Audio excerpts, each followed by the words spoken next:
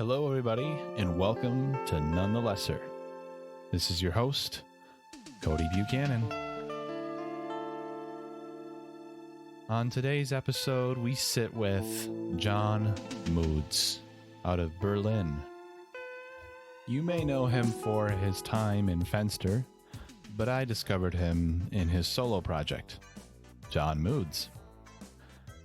Discovering him through one of his singles and following through on his album, The Essential John Moods, we get into some of that. I'll admit, today's episode isn't just about music. We cover a lot of things, and we get quite philosophical. So if you're in for the deep talk, then press on. And if you're not, then you should press on, because you should be in for this kind of talk. The tough conversations.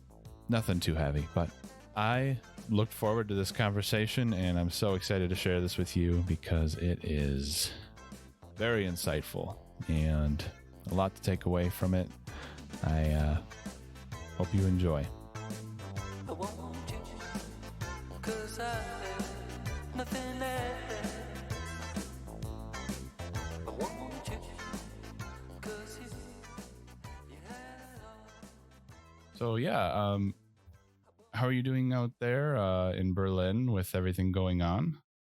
Yeah, pretty good. I think what people tend to say around me is that I think we have it quite good here. Like, I think the conditions of the lockdown and post-lockdown and everything, I mean, I think it's quite mild, everything here compared to other places. Like, even during the lockdown, like, you were sort of like, you could be outside, and yeah, it was just pretty easy to navigate. But on the other hand, it's just the strangest year of all times. Yeah, I think everyone can agree with that. It's a global experience.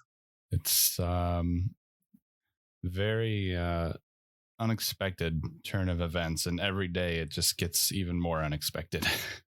Yeah. Depends where you're at, but Yeah. Unexpected is completely the right words.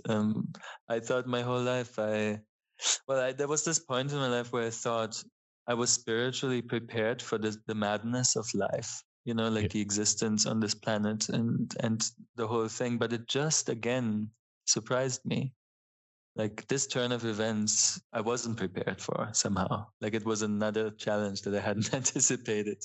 yeah, we try to think that we're all ready for the worst, but when it comes, it's very very different from what you anticipate. Yeah, it tickles out a lot of insecurities, or like, I don't know, I was quite surprised how hard it was and still is to navigate certain aspects of that change. I mean, musicians and artists, there's a lot of changes that are very drastic, I think, compared to like some other jobs that sort of that are more like just keeping on going throughout the whole thing. But I think what's cool about it is that I can talk to anyone on this planet almost right now, and they'll know what I'm talking about. Yeah, we can all relate on something very easily. Yeah. There's also a lot of positive. Nothing is just one thing, but I think change and growing pain, and like there's a lot of stuff happening right now. It's a beautiful thing in itself to have a global experience of that magnitude. Yeah. It's obviously challenging in a lot of ways, but it can be unifying, and hopefully on the other end, that's the result, as we all come out of it with a very shared experience and can grow from that as a species. That's what I believe, and I'm seeing it. It's very, very, very scary to be optimistic or to like think utopian thoughts, especially these days. But in general, there's always this fear of thinking positively because you fear to be a fool, or you fear of being deluded, and there's always this thing that pulls you back to the darkness, to the because it's being cynical is sort of it's a more comforting place sometimes when you like look at the world and stuff, and it's scary. Like, sometimes when I'm being optimistic and there's these voices inside that are like, no, what are you can't think that. You fool. You fool. Come back to the darkness. Yeah, I know. Yeah. And it's hard because everything you see in social media, it's constantly trying to bring you down, bring you to that dark again. We're a species that thrives on community. And when community around us tries to be negative, then we feed into it. But, you know, you got to try to be that light for everyone else. Gotta try. I've definitely this year it sort of like pushed me to it was very healing in the sense that I just really like got so overwhelmed with everything, and I'm pretty sensitive, and it pushed me to really to take breaks from the world, like in a very conscious way, and go to the nature and not look at screens for days at a time and stuff. And I think, and I've inspired some of my friends to do similar things, which is really cool. And I think it's like it's an idea that's worth spreading again. It's not a new idea, but it's an idea of like, hey, there's this place called eternal nature, you know, that we're also a part of. And like when you look at trees for like days at a time, you like there's something that just happens very subtly in your psyche.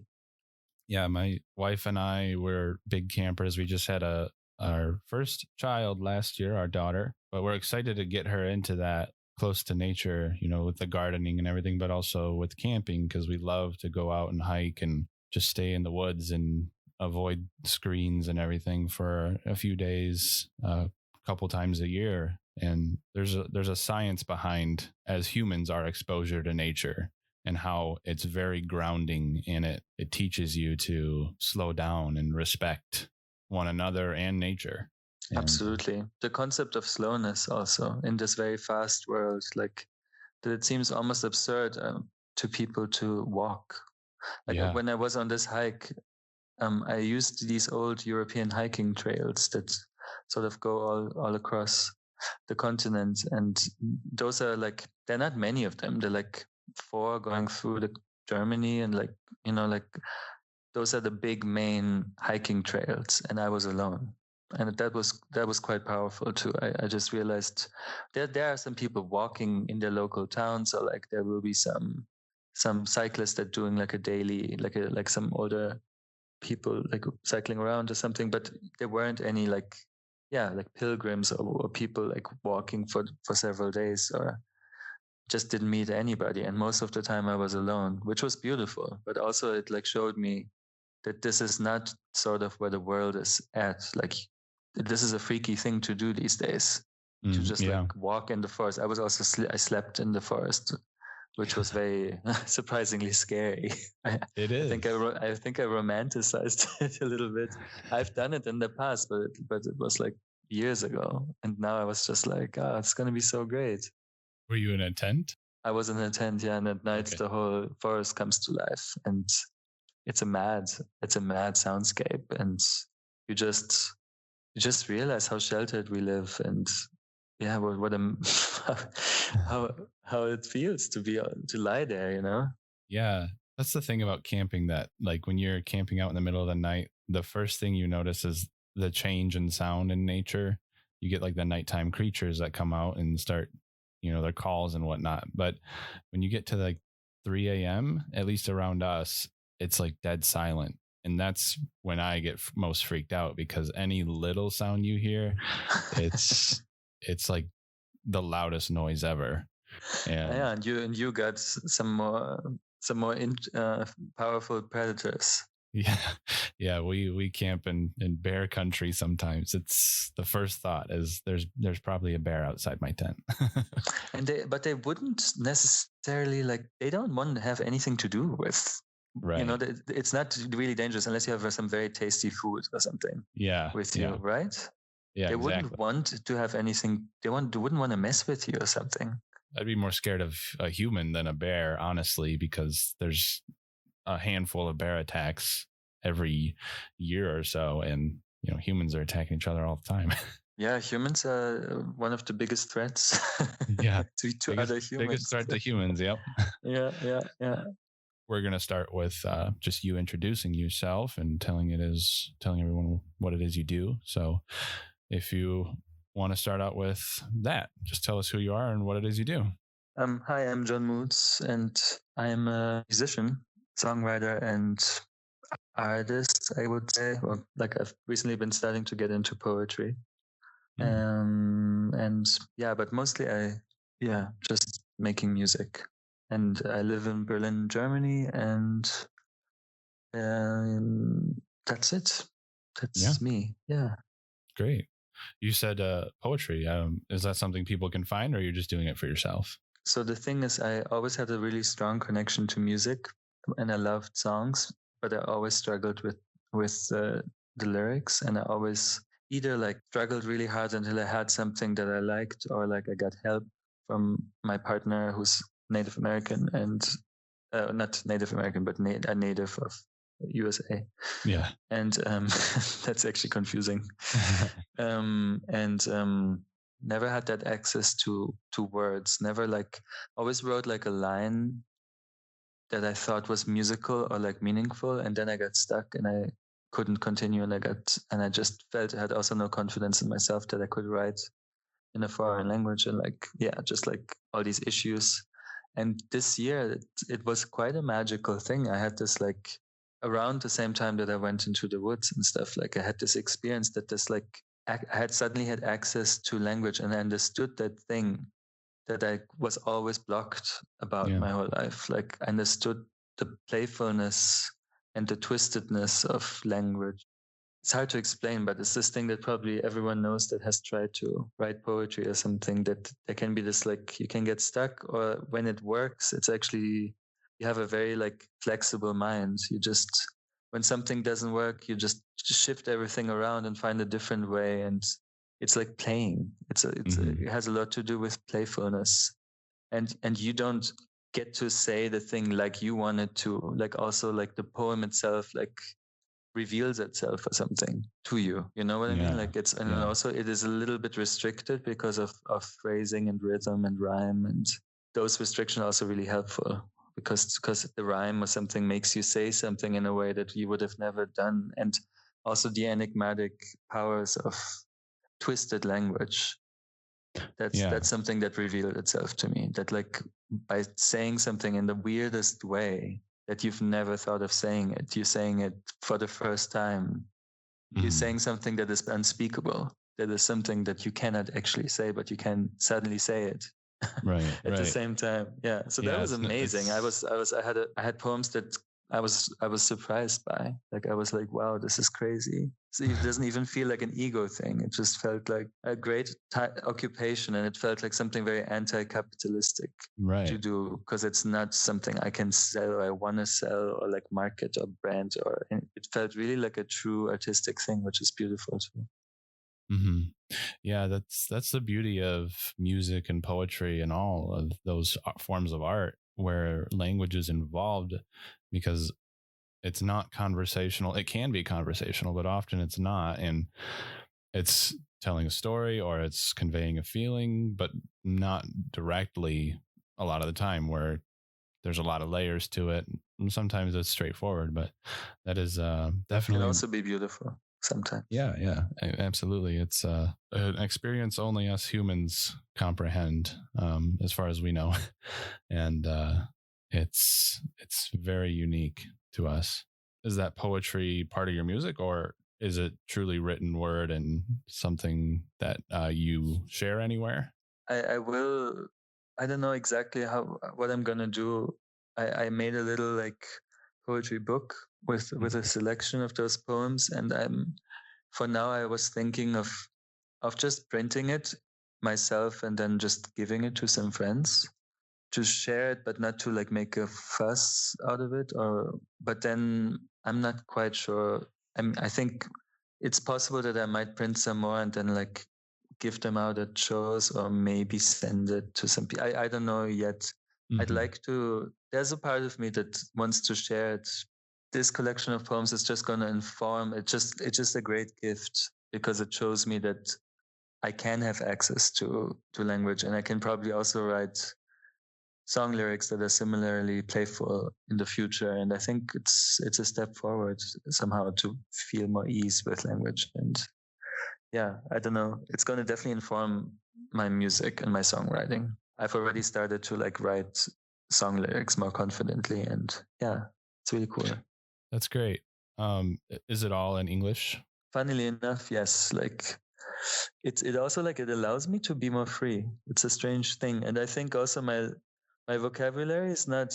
I think if I would be a native English speaker, I think I would. There would be a temptation of using more fancy words sometimes, just because it seems this like the simple words. Sometimes they seem you're hesitating, a little bit more when it's your own language because you know all these other like more intricate words and maybe you're tempted to use them. But the vocabulary, like the language I use, is quite simple. Like it's not super simple, but it's not I think the most complicated word I'm using is. But I'm just looking at a poem right now. Yeah. Intertwine is, I think, the fanciest word I'm using. That's fine. That's perfectly. I mean, I think a lot of the best poetry that I've read and that succeeds the most is the poetry that is simpler. Yeah, I like simple poetry. I like some stuff like Leonard Cohen. Recently, I've been reading a lot of T.S. Eliot, which really resonates with me because it's very literary and very wordy, but it's also there's this it's got that like really sweet spot of like feeling very classic, like a very like old world kind of poem, but it is already modern because he's talking about like industrialization and chimneys of the factories, and there's this whole like world of like the new world is sort of coming in, but there's still the old world, mystical world or like classical world or something that it combines. I was reading the famous Proof Rock. I don't know. Everyone has that in school, no? In the States. What is it? It's Proof Rock. This epic poem by T.S. Eliot. And many people that I know said, "Oh, that boring old poem that we had to like read in school." It's one of those like classic. It's like a curriculum. Maybe you haven't had it, but I haven't read that. But it's an amazing poem. It's just it's a really long rant about a man who's very indecisive, and he's just like confused by life, and he just like he doesn't know what to do, left, right, up, down. But it's so beautifully written, and it's got such, it's just but there's so much beautiful stuff. Maybe if you like darker poems, you might like Baudelaire, this French, who's very gothic and very dark, obsessed with death and The Flowers of Evil. Have you heard of this? I have not. Oh, that's pretty interesting stuff. Pretty dark, but I'll have to look into all of this because I need to get into poetry more because I've been more invested in novels and short stories lately, more so. I actually just started reading Amy Hempel. Oh, no, don't know that. Yeah, I don't know how big she truly got over her time. She's still, I think she's still writing, but she has a bunch of short stories, and the collection I'm reading is actually her full collection to date. But there's an older collection that came out in the 90s called At the Gates of the Animal Kingdom. Oh, and sounds great. Great title. Yeah, that's well, what pulled me in actually was I started listening to an artist, Bing & Ruth, out of New York, and he's it's an ensemble, but he does piano, David Moore, and then there's other members to the group, but they do kind of like a neoclassical sound, and I fell in love with that music. But Bing & Ruth are characters from one of Amy Hempel's short stories, so that's why I got into her, and it's actually just really well written. I mean, I've always wanted to be a writer, and I'm always writing, but I can't believe how good some people are with words. It's almost like why even try? Mm-hmm. But I think it's a gift for sure. I think I've just, have you heard of Rilke, this famous German poet and writer? Sounds familiar. He's also he's very flowery, so maybe it's not quite your thing, but it's also really profound and cosmic, and it's a great poet, Rilke. And Maria. yeah. And Okay. I just got this book from a friend that's just it's basically him answering letters of another poet that's a huge admirer and writes to him and wants to get advice about, or shows him his poems and wants to sort of like hear his opinions. And he talks about that thing that, like, yeah, not everybody has to write, but if you feel that calling to it or something, yeah, just as like if you can't stop doing it, then it's probably the right thing or something. And it's and I think, I don't know, I really, my whole life I've been asking myself that question about talent, and how much it is talent or like obsession, or I don't know. It just feels, with this poetry thing, I was convinced I could not do it, and now I'm like not convinced I'm a great poet. It's not even about it. It's just this, to discover that access, that you feel like you have, it's like it's something is flowing through you. There's like something that's there that you can just like, it's more like something that you can like, I don't know. It's just this. And with music too, it's, I guess, like, I never believed it was just God-given talent. I believed it was just a strange thing that I could not be interested in anything else in this world. That's more fascinating to me, that like this pull towards it, like not being like born this genius musician that just like Mozart or something, but just like feeling nothing else is interesting. That's just a strange thing. Why I've been born just being so like focused on just one thing. Yeah. I've tried all the other things too. Like I've looked into sports and like whatever, like I did as a child. And then this one thing lights up like a little, like a light, like whenever there's music, I'm like, music, it's so good. It's, it's just funny. I think there's one thing that all humans enjoy, and it's music. So I think so, yeah. It's very hard to. I have met one person in high school, actually, in a math class, who told me he did not like music. He thought it was a waste of time, and I don't believe him to this day. I think it's probably like it's more like a it's like a provocative statement. Yeah, I think he was trying to get me all riled up. It was. I really would be interested in if he really. If it's still are you still in touch with? I think, yeah, I'm friends with him on Facebook, actually, so I should follow up with him. You should check in. It would be very interesting to be like, do you still in that? I should bring him on to the podcast just as a break to talk about anything but music. Yeah, but that's all very interesting to talk to a person and to hear him out also, not to judge this person, but to just be like, hey, that's so interesting. What is the thing that upsets you? Why don't you resonate with any music? No, is there really no music? Or like, it would be really interesting. Yeah, I don't know if he means he just likes like experimental, like less of a beat, more of an ambience. I don't know, but I'll have to check in with him. But yeah, I think the thing about, you had said, like, not everybody needs to write. That's what Rilke said, right? Yeah. I think to an extent that's very true, but I think humans are constantly trying to find a way to express themselves, and there's many ways to do that. But in our day and age that we find ourselves in now, it feels like we use other people's expressions as a form of expression for ourselves, and that's fine, but I don't think it's a release. And for that reason, I feel that it can be kind of like damning within a human to not have that true self-expression. So I think it is important for someone to find some medium or mode, whether it be art, writing, music, even sports, like you mentioned. There's always something. But I wanna dance with the night, I wanted you to see how small the mountain, how pink the breeze. Thought we could use a breather, a nice form of expression from John Moods himself.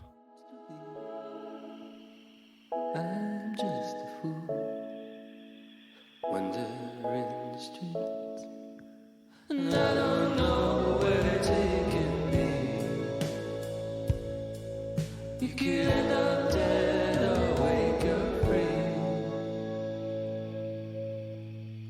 Can I stay and leave? What would that mean? I really hear you on that. I really think you're onto something there. Yeah. Like, hopefully. it's. I think there's a lot of. It's something I'm thinking about a lot too. That I've realized that I think I don't want to be escapist or anything, but I realized that I have to remove myself a little bit more than I thought from daily conversation in order, if I want to contribute something meaningful, because I want to be a good part of this world, because I want to be adding something that's valuable to the conversation, to the whole thing. And like, I think I felt quite overwhelmed and useless at times this year, trying to sort of like exist within the conversation. And I think what my strength could be in this world is like to look at it a little bit from a distance, from the outside, and maybe also look into different things that the current consciousness is maybe not looking into, like civilizations from the past, to read about what the Celts thought about spirituality, or like to read about, but also just to think, or to not think, or to like go to nature and experience stillness and slowness and bring that back somehow into the world. And I believe more, I think like I'm on the I'm confused as a person, and this year, and it's always a journey or something, but that's my instinct. My intuition is like, I feel like I need to like get some distance to find my own, to bring something back, something that can help, or that can like enrich the conversation. And I think what you said is slightly related to it. It's this thing that when you're very much in the conversation, there's a framework of thinking and of how to call it, like a framework of vocabulary and like a way of talking politically about things and stuff that's good, but then you forget it, that you get sucked into a specific way of thinking and into the consciousness of our time.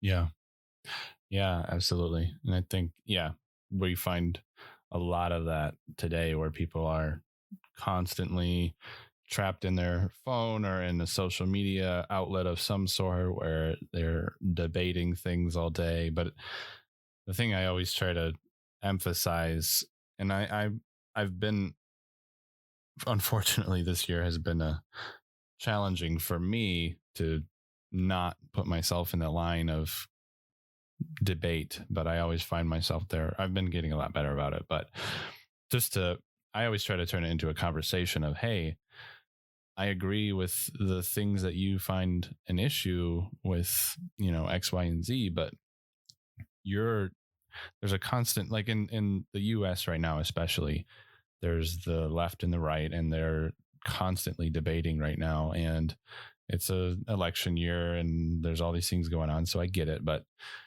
the debate is getting so inflammatory, where there's just the dehumanization of each side to each other, and it's terrible. I think if these people actually sat with each other, or they probably do sit with each other well, not right now because of all the pandemic, and that's probably part of it too. We're all so separated right now that we don't realize that any of these people that you're fighting with as if they're your enemy, they're somebody that would help you if you had a flat tire or with anything. Absolutely. And I always try to remind people of that when it gets into that realm of debate. If we're doing a little bit better to make sure that we're not contributing to this fire, then we can put it out and resolve these issues. Yeah, it's mad, like how polarized the world is, and how as you said, like it's the definition of polarization. There seems to be only two camps for everything.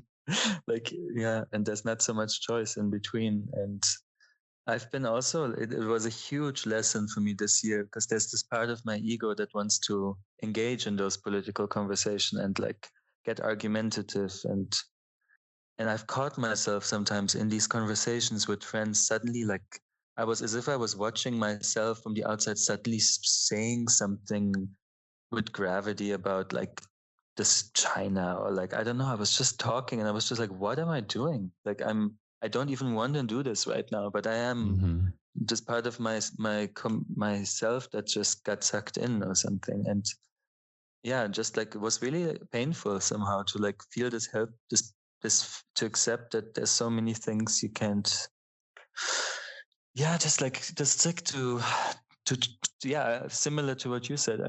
I sort of learned to how to try to focus, reshift in these conversations the focus sometimes on just not to get into these debates, these political debates that are so inflammatory, like they're so like they always like display the belief systems of every single person. You know what did people have grown up to subconsciously like believe, all these little thoughts and things that are in the back of your mind, and then they come out and people defend those because it's what they know, and like it just doesn't go anywhere. Like that's what I've realized this year. It's And not productive. it cost me a lot of like swallowing, like just like how to.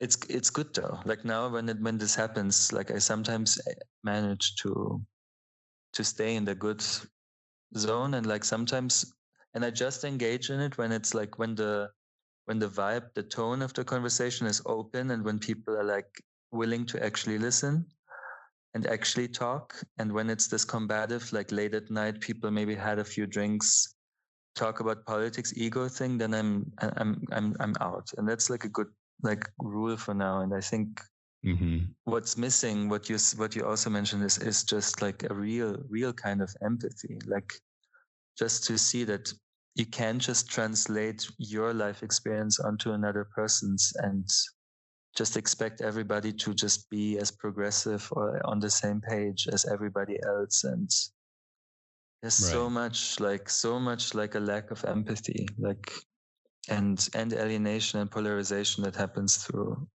the internet. As you say, like if you sat down, so much is different when you, yeah, the three-dimensional experience of complexity of another human being, you know, like that's completely, that's very like scary that this is not happening right now. Yeah, It's just this, yeah. Absolutely. The one Sorry thing for I the always, rant. no, it's fine. It's fine. It's that's the goal of the podcast, is to be conversational. I don't want to just talk about the music. I want to talk about the music, but more so I like to shed light on the person behind the music. So yeah, it's great to get into your perspective on everything. No, I'm really enjoying this. I think talking about music is not that interesting ultimately. But the one thing I do say all the time to people, and I always say it differently, it's never the same, but basically your mind is yours, but people are always trying to sell you something to put into it. And once you're, again, on one end of the polar scale, you've been sold, and you're now kind of blind to the other end, and it's your enemy, and that's not good. That's not where we should be. So I totally agree. It's unfortunate that and I don't know if it's just a matter of the fact that our media nowadays is, as much as it is the news, it's also entertainment, and they are constantly, and maybe more so in America than anywhere, but constantly trying to push an agenda, whether you think it's unbiased or not.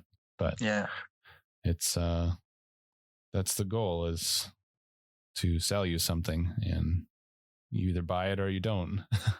Something it's a huge, all these things are very topical, like this year especially, like because I'm a small artist, and and I think I was also like, I had a little bit of an illusion that I was not thinking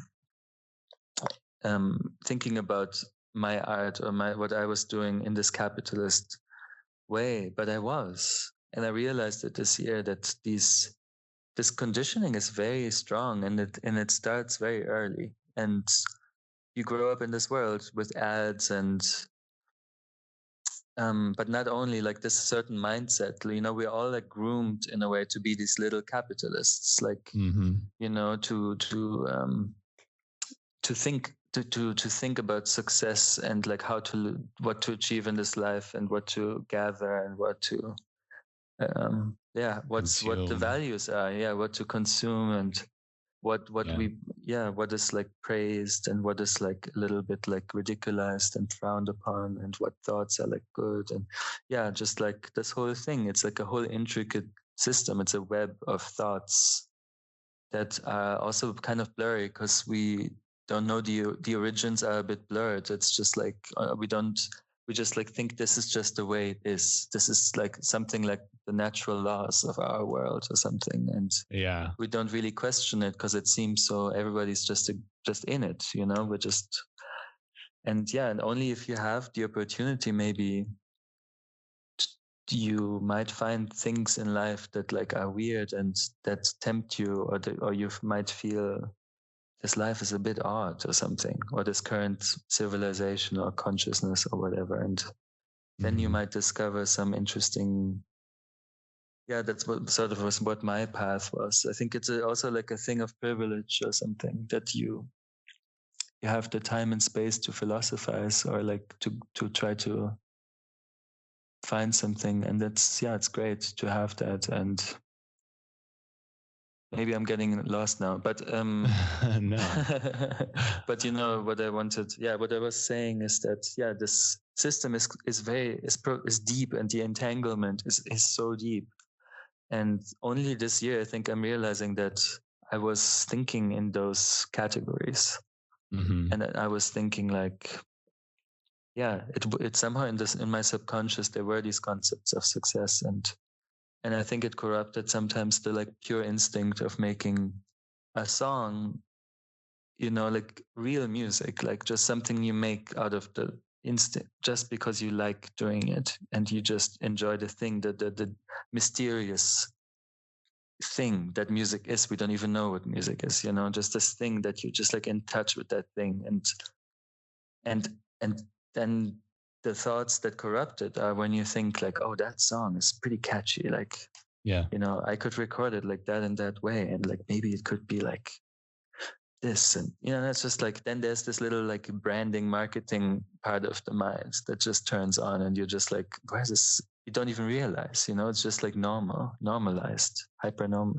It's like hypernormalization, like that movie, Adam Curtis. And that's sort of and it's kind of like, it wasn't that so easy to like come to realize that, because I did have a different. I didn't think I was, you know, I thought I was like somehow like subversive or like a small, I don't know. So it was a hard year, like also like getting in touch with that, and like, but it's good. I feel pretty good about it. Like I want to try to be more conscious. Yeah, absolutely. I think a lot of people are, I mean, I hope a lot of people are learning more about that. And what is your impression? Yeah, I mean, I think a lot of people are learning to be more independent for sure. And I think that comes with the way they think as much as act. And, you know, before all this, we were fairly independent already. I mean, my wife and I, out on our own, but, you know, now we don't even rely on eating out or anything. So it's kind of a simple way to look at it, I guess. Yeah. But in a more, I guess, profound sense, it's just, you know, being able to do basically what you said earlier and step away from situations where, this isn't productive to the conversation. It's a division. It drives a wedge, and we don't need that. We need to find solidarity, and if we can't, then it's not worth our time. And but yeah, and even again, in a more simpler sense, just stepping away from being so consumeristic and not needing things for success. We've both agreed, my wife and I, that more valuable than anything in our life is time. And if we're selling or giving away our time to, like, my wife is self-employed, but me giving away time to an employer that I can't spend with my family and my daughter, that's ultimately our goal, is to free that up and not rely on that as much. So we've centralized our goals onto less tangible things, I guess. Unfortunately, it relies on money, which is a tangible thing, but it does. Yeah. Ultimately, money buys you time, we've discovered. So yeah. And that's the paradox, is that you can see money. I think it's good to try to see money not as just not as an evil thing or something. Yeah, just try to like say it's just like an energy or something, like a unit of measurement. yeah, which is paradoxical to what I'm saying about capitalism, and I'm still also trying to figure it out. But yeah, it is sort of like, in the world we live in, it is like something that just flows around. Like it's an abstract. It's like, what is it actually? It's a piece of paper. It's an idea. It's power. It's like, I don't know. It's just a strange thing, and it's burdened with a lot of heavy concepts, But yeah, I've been trying to like condition, or like to be a little bit more conscious about accepting it. I grew up very middle class in Germany, like never really struggled with it, but also never really had a lot of it, but always enough, and almost to the point where I think I rejected it. I just thought it was not noble to want it or to welcome it, so I was struggling with money. Yeah.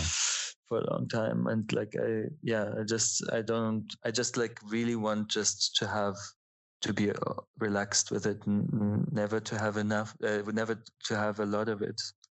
Yeah. Because that's just annoying and just like a burden. But like to not worry about it is also beautiful. Right.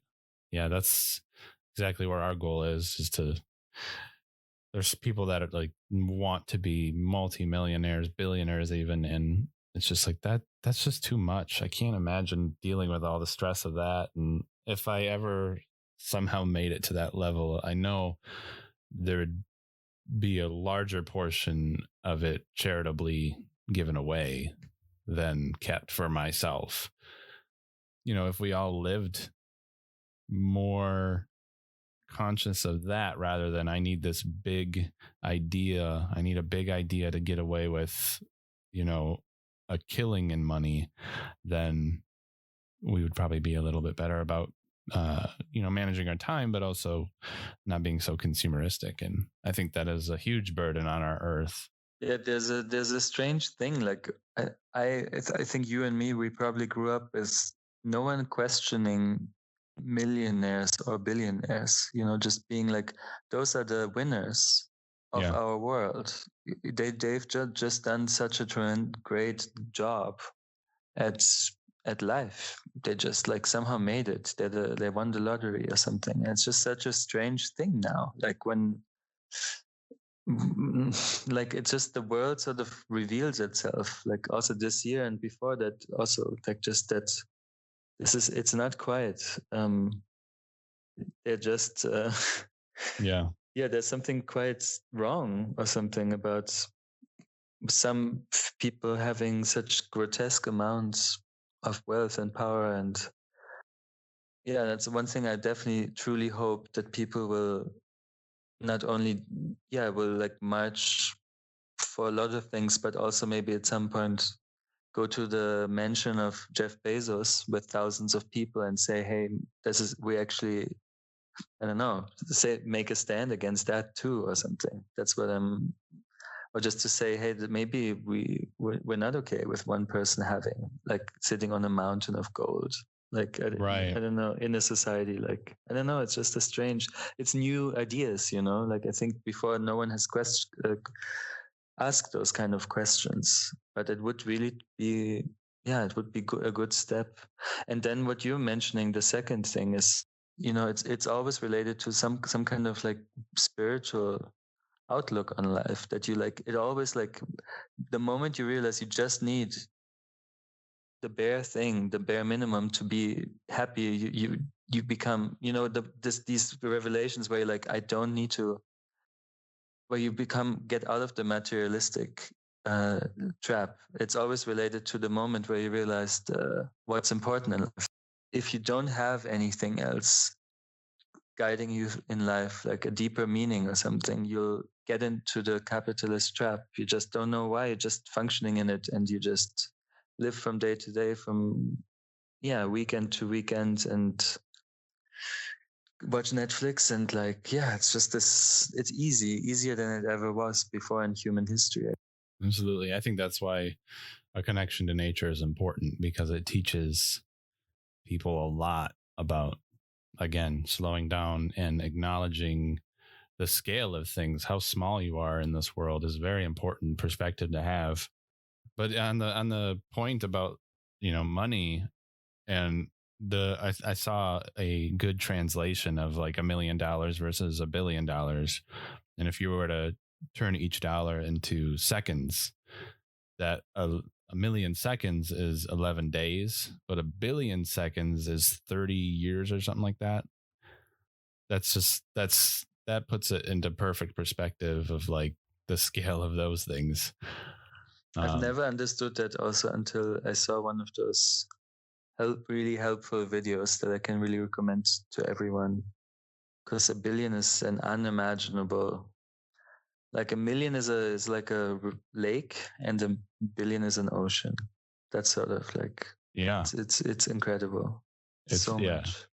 It is. Mm-hmm. But yeah, I mean, it's disturbing how much money some people have, and you know, what can you really do with all that money just sitting on it? But, and I know it's not all physically dollars that they're sitting on. It's obviously assets and everything, but still. Yeah, but it's still like they're trying to like blur it, but it's still this one person getting it almost all.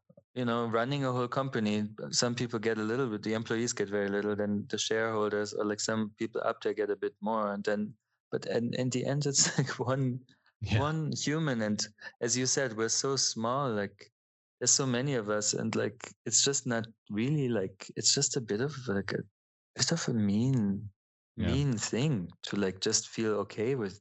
It just seems wrong. I mean, it's also like to get just angry. It should change. I think you should just be. I think the little ants, you know, the rest, so many millions, billions of humans on this planet, like we can do. If we chat with each other and we like share new ideas, and like things can change, you know, like consciousness can change, and we can like try to like not only like take those people down. If we don't change our consciousness, then there's also one change. It's I think it's a shift of consciousness that I wish for. What you said in the beginning of this conversation about the whole species, maybe being able to change, and unify on something. Unify, and the shift. It would be cool. I mean, there will obviously be humans will be a chapter of something.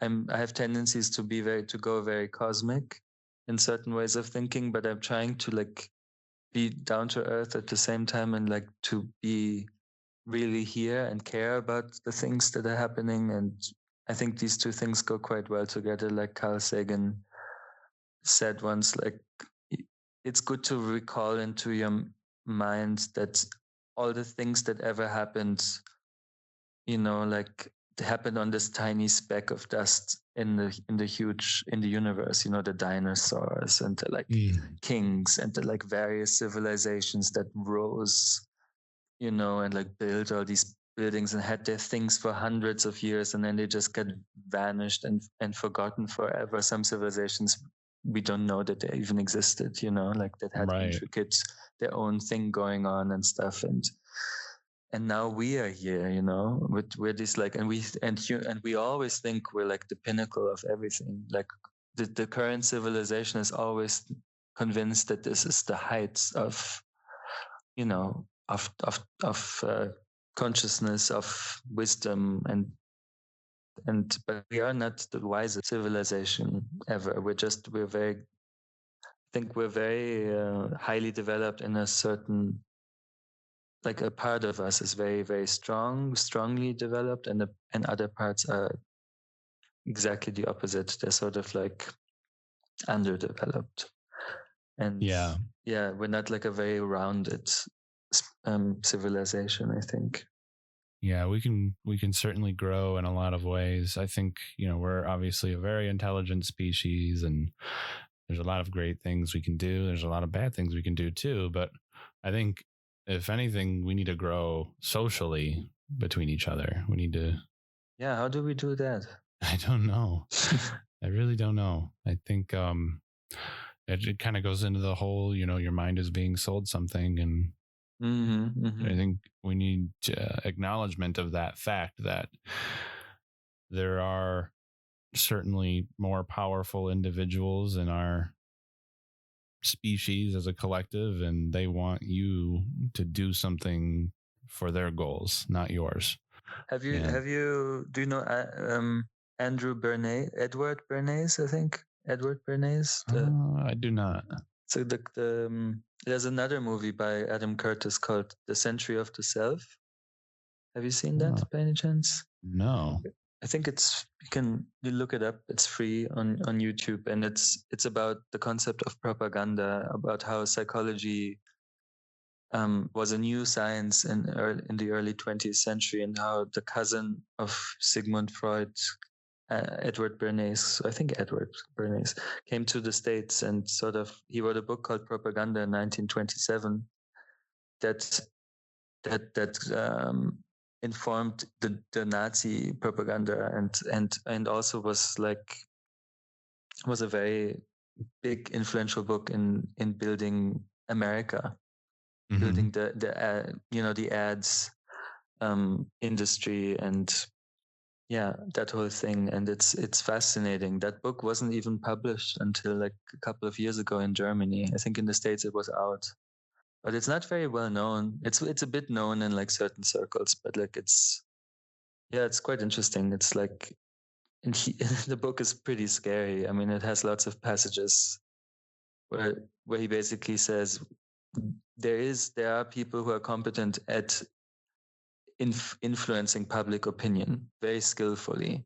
Like there are certain mechanisms how the human mind works that can be tapped into. Like if you repeat certain things, if you repeat something 5 or more times, the subconscious mind of any human, no matter how smart, just takes this information in for the moment as something that's true, sort of. Like the subconscious is like, oh, I've heard that 5 times. That's true. That's like a good. That must be good information. Yeah. And it takes it in, and it's kind of like it's a little bit hidden and it's veiled. You know, it's just like it's somewhere in the back there, like existing somewhere inside of us, and that stuff is real. And you know, and like there's definitely some people, and I'm really careful with conspiracy theories. And these days that term is like very, wow, like, but I think there are people thinking about, I mean, there's definitely, I mean, we know it that people in advertisement think about that stuff and use it. But I mean, it's being used, you know, like people have interests. They want to either sell something, sell an idea, or sell a product. And there are techniques that are really, really powerful that can influence like a lot of people. And that's propaganda. And it's good to be wary and informed about it, you know, and then make your own assessments. Yeah. Yeah, 100%. I agree. There's a psychology to humans, and there are humans that understand that psychology and they know how to infiltrate it and convince you of what's true and what's not. And propaganda and advertisement, all of that feeds into it. It wouldn't exist if it didn't, because it's absolutely productive in that goal of infiltrating the mind. So it looks like Edward Bernays. Is it called Edward? Yeah, his name's Edward. Yeah, Edward Bernays was born in 1891 and he died in 95, 103 years old. Wow. Yeah. But he wrote Crystallizing Public Opinion in 1923 and Propaganda in 1928. Oh, 28. Okay. Yeah. So I was looking at the Century of the Self. So I'll have to check that out. It sounds right up my alley. That's a very interesting film. I like Adam Curtis because I really appreciate whenever somebody participates in the conversation without capitalizing on truth. Like I like that his movies are sort of a little bit impressionistic, like the way he like uses image. It's very clear, like almost like an art movie or something. It's not just like, this is the truth, I make a documentary about how things really are. It's like very like, it's like not claiming that it's the absolute truth. There's a subjective, like an open subjective tone that I enjoy that more, because nothing is really just, especially historical things, are just interpretations. And it's just, and whenever a scientist says, this is what we know, but it's, admits how little humans know, I'm always like very sold. I'm always like, I think it's something that all science and things should always be humble or something, and just be like, this is what the current paradigm is. This is what we like know so far. There's so much we don't know. Life, everything is a mystery, but there's this theory and this theory. Like, I wish that was a little bit more clear, made clear or something. Like my whole education, it was pretty much like, humans are amazing and we figured everything out. Yeah, exactly. But there's so much more to learn.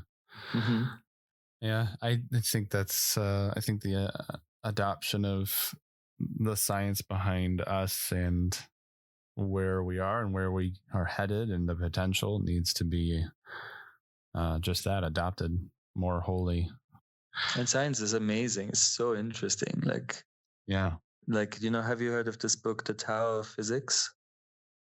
This physicist Fritjof Capra. It's such a good book. It's a bit of a heavy read, but he's basically like trying to bring mysticism together with quantum physics, and it's so well done. Like, there's so many parallels of, like ancient wisdom of monks just sitting still and looking inside of themselves, like coalescing with like things that physics only found out after the Newtonian model was sort of like overhauled, and the quantum physics, that brought a really different kind of like realm into thinking, because quantum physics are so weird and like it's so crazy. Like, I mean, many things we don't know yet, but it's just this very wobbly world where suddenly like things can be waves, things can be particles, all these contradictions can exist. Like, like it's just a crazy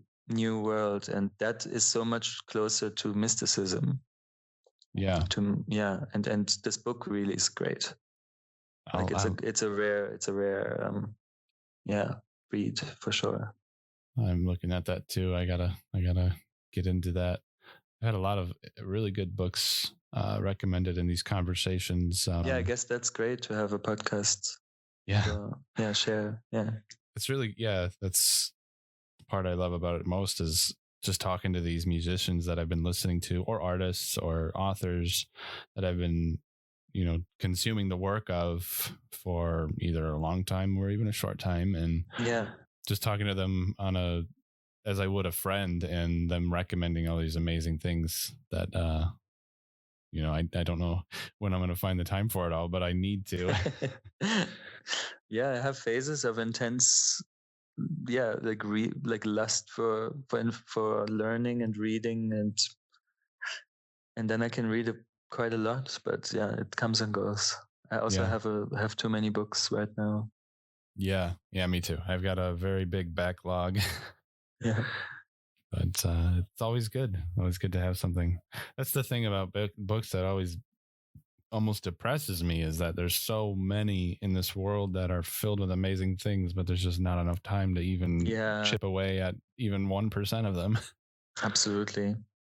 But there's also, I think there's a little trap also when you're actually like getting greedy with that, and you're reading and reading and reading and reading. There's a point where I think all the knowledge becomes, it's not as powerful or helpful or something. Yeah, and it's just too many things. Overcrowding. Like you can get lost also in intellectual concepts, and it overcrowds maybe what you can take in. So I think it's like it's good to listen to, also to like really. I always feel like sometimes I don't resonate with what I'm reading, and then I'm switching to something else, or I don't read or something. Yeah. And sometimes I read books that are lightening up my life, like just the pages, like the words. It's just like an energy flowing into my mind, directly. Mm-hmm. Yeah, like I can get really so inspired and so crazy from reading a good book. Yeah, and I don't read fiction anymore, which is a shame, but it's hard to find time for if you want. The takeaways, and there's fiction that has things to take away, but not always as informative. But yeah, I mix it up. That's good. I try to balance maybe one or two fiction books, and then something nonfiction, and then back to short stories or whatever. Just mix it up, because there's so much out there. Yeah, it's crazy. Humans, we produce. It's also with music. It's very, very crazy how much good music there is. I know. Maybe one day they'll be able to just upload it all to your consciousness, and you can just say, yes, I've experienced it all. Is this the Elon Musk future? Yeah. Isn't he working on that? I didn't see the demo, or what was he doing the other day? I feel like that's I've heard that from people, that he wants Neuralink? he wants to put the internet, Neuralink. He wants to put the internet in connected with the brain. Yeah, it's the most recent articles I'm seeing says Neuralink brain implant now working inside of a pig. Oh, that's terrifying. How do they know? Does the pig have internet?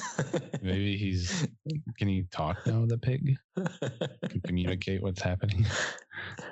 That's look wild. Into that. That's really wild. I don't know how to. I mean, I think everyone I know, everyone gets freaked out just thinking about that. But it is freaky, that's for sure. But like these things, they very soon probably then the first people will get it, and then they're like gonna be connected to the internet with their brains, and then these people are gonna I don't know, have an advantage or something, and then everybody that's gonna become the norm.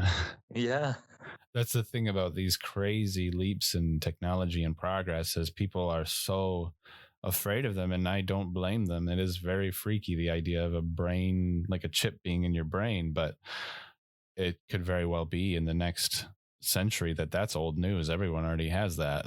I've heard Elon Musk say in an interview, he said, yeah, but we already have that. Look at your hand, what you're holding. And he pointed at the phone, and I think he's like, well, it's already basically reality. So this is just another, in his mind, it's not even such a big leap, which is crazy. That Elon Musk is on a whole nother level for sure. Yeah, he seems like in his own world, for sure. Yeah. But with these technologies, I think as fascinating as it is, but this is again the question of capitalism. Like I saw a really good documentary about artificial intelligence, and there were some voices in this documentary that were just, they were like, it's all well and good, but like this technology is powerful, but if the philosophy, like somebody said, this is a moment where people should sit down for a moment and just think about, what do we want? Like, what world do we envision? What kind of like vision? Is there any vision except selling things, except somebody developing this AI technology to spy, or to like use the data of humans to like sell them stuff even more efficiently? Is this really the vision? Is this, that's what and that resonated with me so much. It was just like, yes, like there's like, it's not an age of vision. Like people, there's not, maybe the 60s, there was like that spirit around of people dreaming of something, or like, yeah, I don't know. I'm just like maybe also projecting that, but yeah, what is the vision? It's a good moment, like before you launch into these new technologies, to talk about ethics and like what's, yeah, but I don't know how do we do that? Politics, I don't know.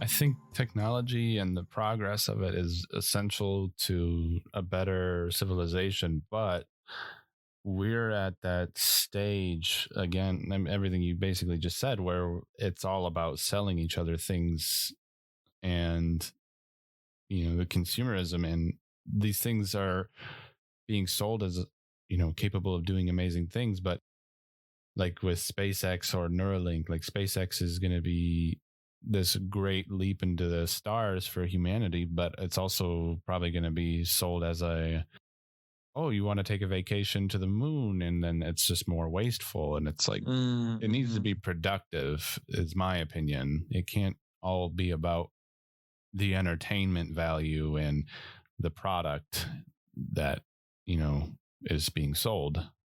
To think about how can this be, how can we make a better world for all these people? Like, how can we make technologies that are designed to like create equality, or like to bring us together?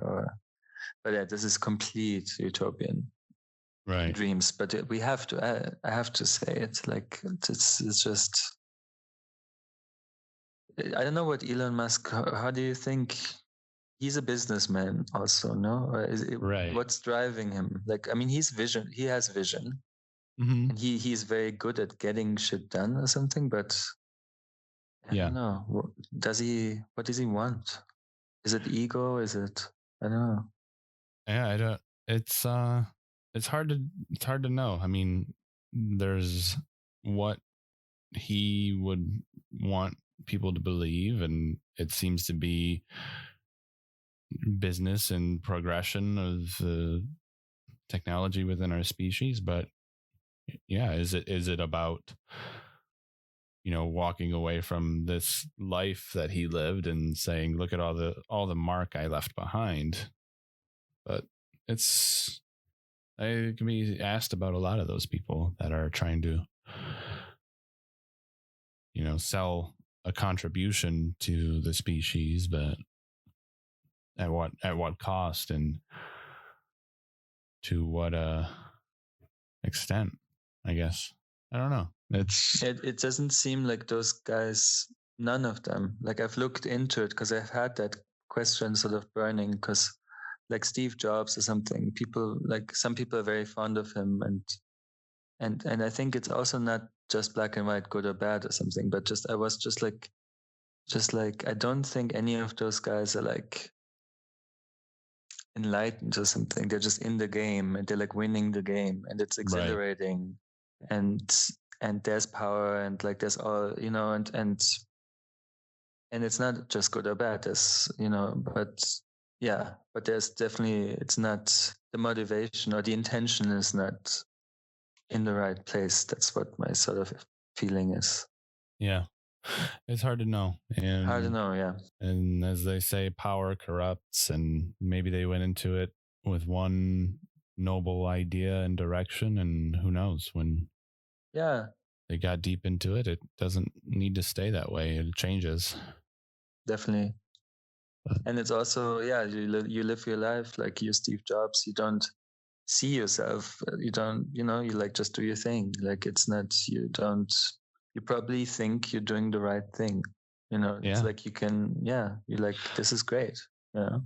And I can't even imagine how it would feel in that position, because that's, I mean, it's just got to be so surreal. Like even on a small scale, like if I at work, in my job at work, if I've ever like blown away like a presentation and everyone was thrilled with it, that moment is like so enthralling. Like I feel like an amazing individual all of a sudden, and your ego gets inflated and it fades away. But to be somebody who is constantly like Jeff Bezos or Elon Musk, who is constantly like on top of everyone else, I don't know, like is it just the norm and they're fine and normal like we would be, or is it a constant state of that feeling? I can't imagine being in that position and ever at once feeling like I am a normal human being. Yeah, that's a very strange. I also don't know. It's something I definitely wouldn't want. I'm not striving for. Like I really no. Maybe just for like a minute, just to know what it feels like, and then turn it off. Just to be like, okay, so that's how they feel. So that's what it is. Yeah. Yeah. Before we were talking about like influence and stuff, and I was thinking about this. I have a pretty short drive to work. It's like seriously only 10 minutes, and but I think I do what most people do on their long commutes and just compact all my thinking into that 10 minutes. And the other day I was just thinking about how wild it is that, especially doing this podcast now, like asking people like, what's the influence on your music? And I think like stepping back on that on a broader scale, what's interesting to me is that the influence on most people is either other people or nature, or people that were influenced by nature that now influence them. So it's like a cyclical turning of influence, but by other humans or nature. Would you say that that's kind of how you like feel? Like what influences you, not even just in music, in general? It's definitely funny that you say that, because I think the only music that you can know of me is this one record that I have out, and that was made largely on this like on my first like longer nature walk that I did, like the solo hike once a couple of years ago, and I didn't even plan to make music, but then I just really felt like it, and I didn't have the means or the gear or anything, and I just like recorded these sketches into my phone with GarageBand, and you can sort of multi-track in that app, and I was in a really great place. I felt like really clear in my head, and I felt no fear and just pretty in the moment, and it was just a very good time, very connected to nature, like just walking through nature every day, and then ending up I was in northern Spain, and then ending up in like a little town, and then just making some music, and like a great time. And I hadn't spent real quality time with myself in like kind of a long time before that. So it was quite a good space to be in. And that definitely inspired the music. There was like a lightness to it that even kept persisting after I came back home. This was just very easy to finish that record, and it's pretty lo-fi, and it's like just committing to what it is. And it's one of those records that I think I'll always feel kind of good about or connected to. Yeah. Because and I mean, I was listening to musical influences. I don't know, just everything I had listened to before in my life. I think sort of like the stuff that all just blends together. Yeah. It's very interesting because you're referring to the essential John Moods, right? Yeah. So you're saying then that album is influenced by nature, then, for sure, in a way, or totally. Absolutely, yeah. Completely. Wouldn't have happened without nature. Nature made it happen. That's awesome. It's very interesting that it would be influenced by that, because it is like when I listen to it, and from beginning to end, it feels like a cassette or a vinyl I would have grabbed off the shelf as a kid and thought this was like an 80s like romantic ballad album or something, just the way, the sound of it, the tone of it.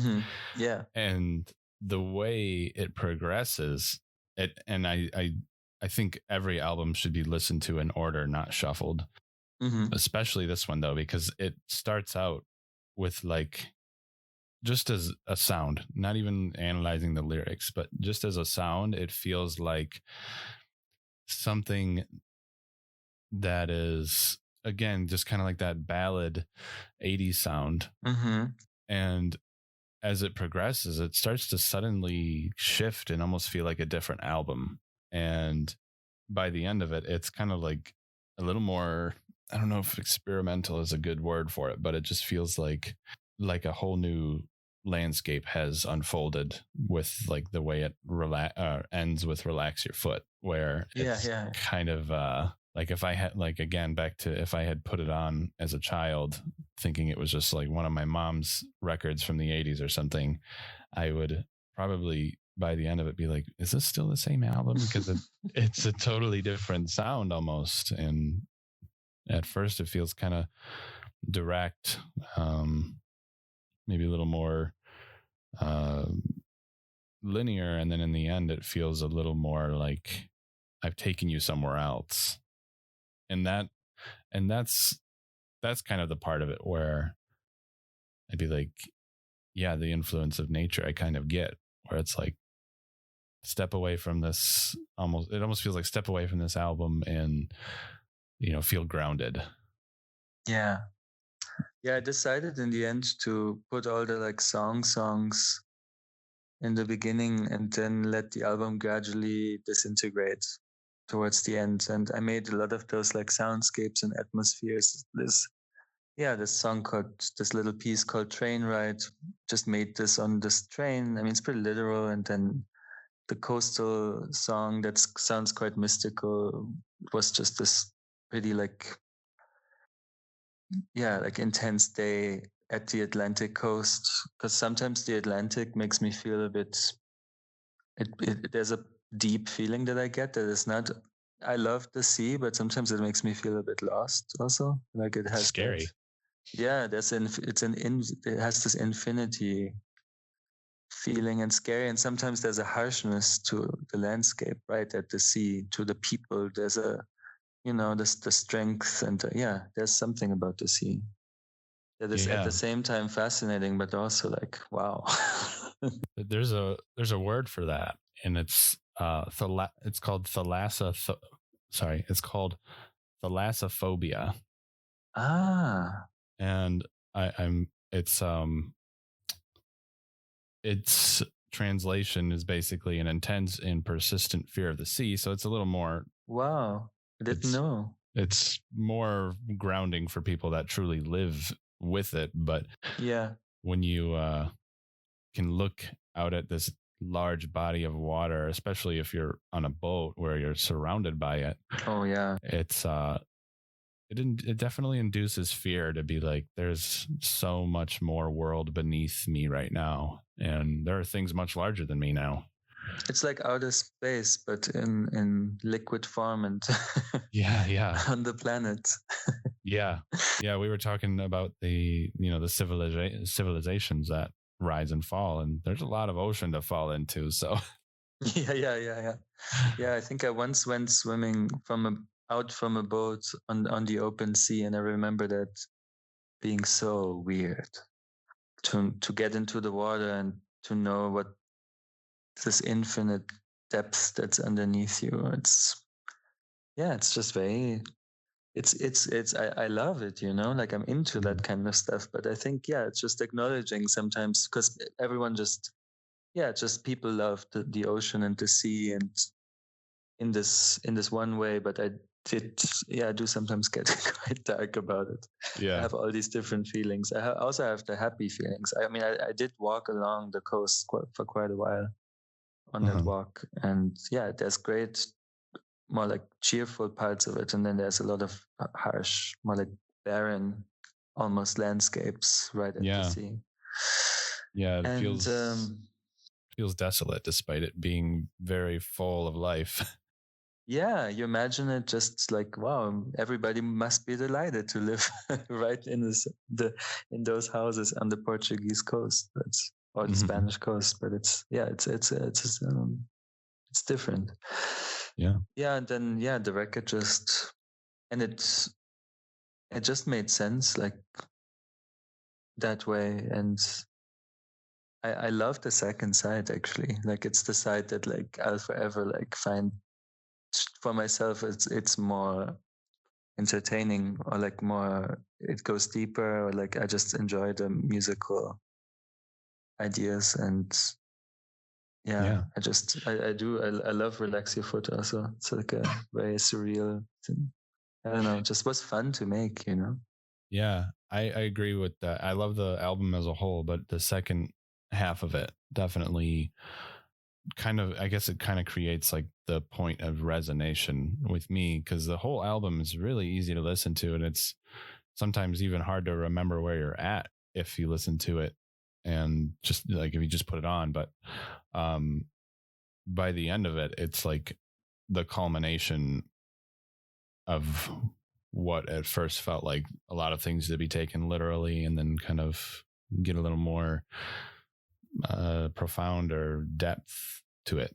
And I really enjoy that about it. I wouldn't change. Cool, thanks. Yeah, I wouldn't change a thing about the way it was organized. I like the way, because a lot of albums, they think, oh, I've had too many softer songs, I need to put something here and then rearrange it, and I think that makes sense. But I do feel like this one, the Essential John Moods, tells a story the way it's set up, and I like that. And it's definitely a kind of a story record. I mean, it's I rarely make records where all the songs are just written in such a short amount of time. And that's why I think they come from a similar place of consciousness. In a way that's kind of cool, because it's not because every day was so different. Because I was on when you're in regular life, like you have routines and you wake up in the same place every day, and it's harder to get into the adventure, or the promise, the mystery of every new day. But on the walk, it was so like every day was so different, and I had so many different mental states within a single day. And that, I think, makes then you come up with more ideas or something, because you're just out of your routine, and every day is a unique experience, like of how it, I think, always is. Like, I think every day is always full of adventures and doors and new things you can open.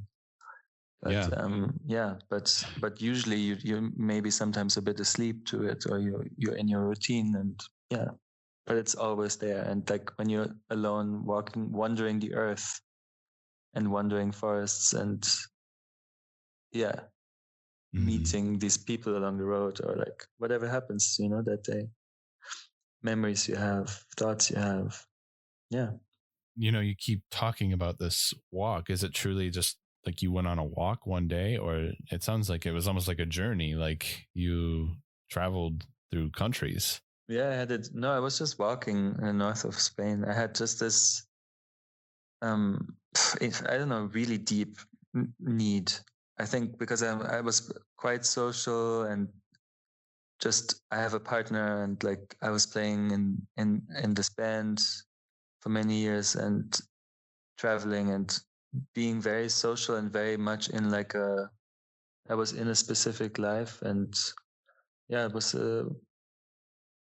a very strong, loud voice inside of me that was like, if you don't calm down or do something. And it was this walking thing that came up. It was like, because I had never really done it before, and it just was almost like a vision. I saw myself walking, and it felt really good. And then then I had just the impulse, and I just followed it. Yeah. And it's this very, very powerful thing that I can recommend. I mean, you know it from the camping and hiking, and yeah, the thing of doing it alone is another level that I think is a little different, but it's similar. Like also when you're doing it with friends, you also get into a really good space. You're just maybe a bit more like distracted from your internal, self. Yeah. The tangles and everything kind of unwinds. Yeah, it felt really crazy. Like after like a week, it just calms down somewhere, and it's so nice when you're becoming almost a little bit stupid. Your mind becomes a little bit dumb or something. It's just like or what you call dumb is not the right word, but it's just just less thinking, and you just sit somewhere, take your shoes off, and you just there.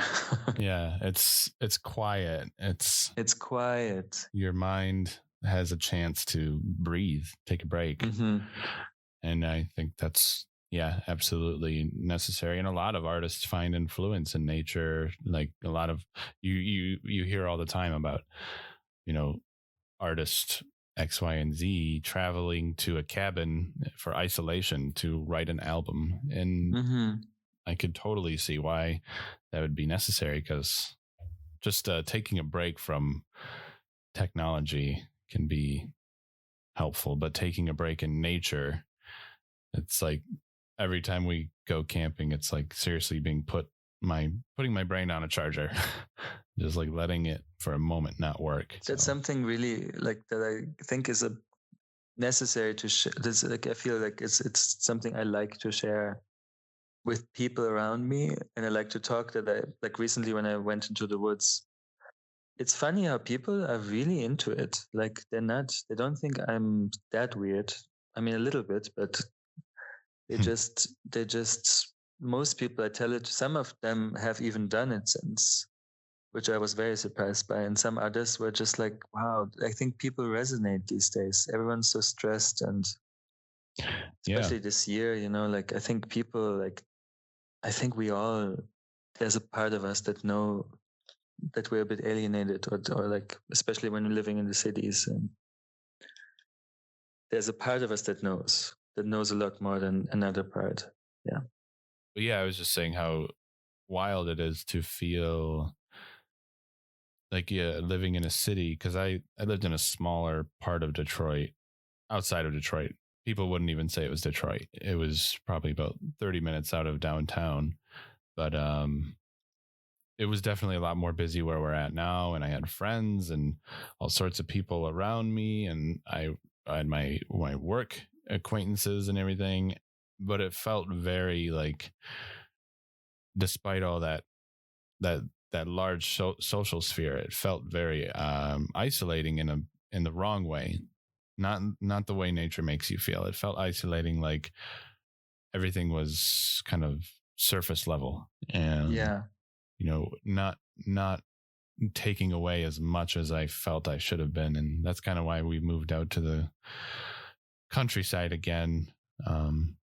to let things slow down, and it makes it a lot easier. But yeah, I think it's a lot of people that I recommend camping to, they either already do it or they would never do it. They say because they can't imagine sleeping on the ground or dealing with bugs or whatever. But it's actually, honestly, also, it's not, I don't do it because I love the way it feels, or like I'm not obsessed with the gear, or like, all that stuff that sometimes is a bit of like a fetish or something around camping and the whole thing. It's it's actually, that part to me is like just part of it, or it's just like not even that. Yeah, it's like, it is uncomfortable, like, yeah, I don't know, it's not as nice as a bed, and scary in the forest, and there's all kinds of things that suck.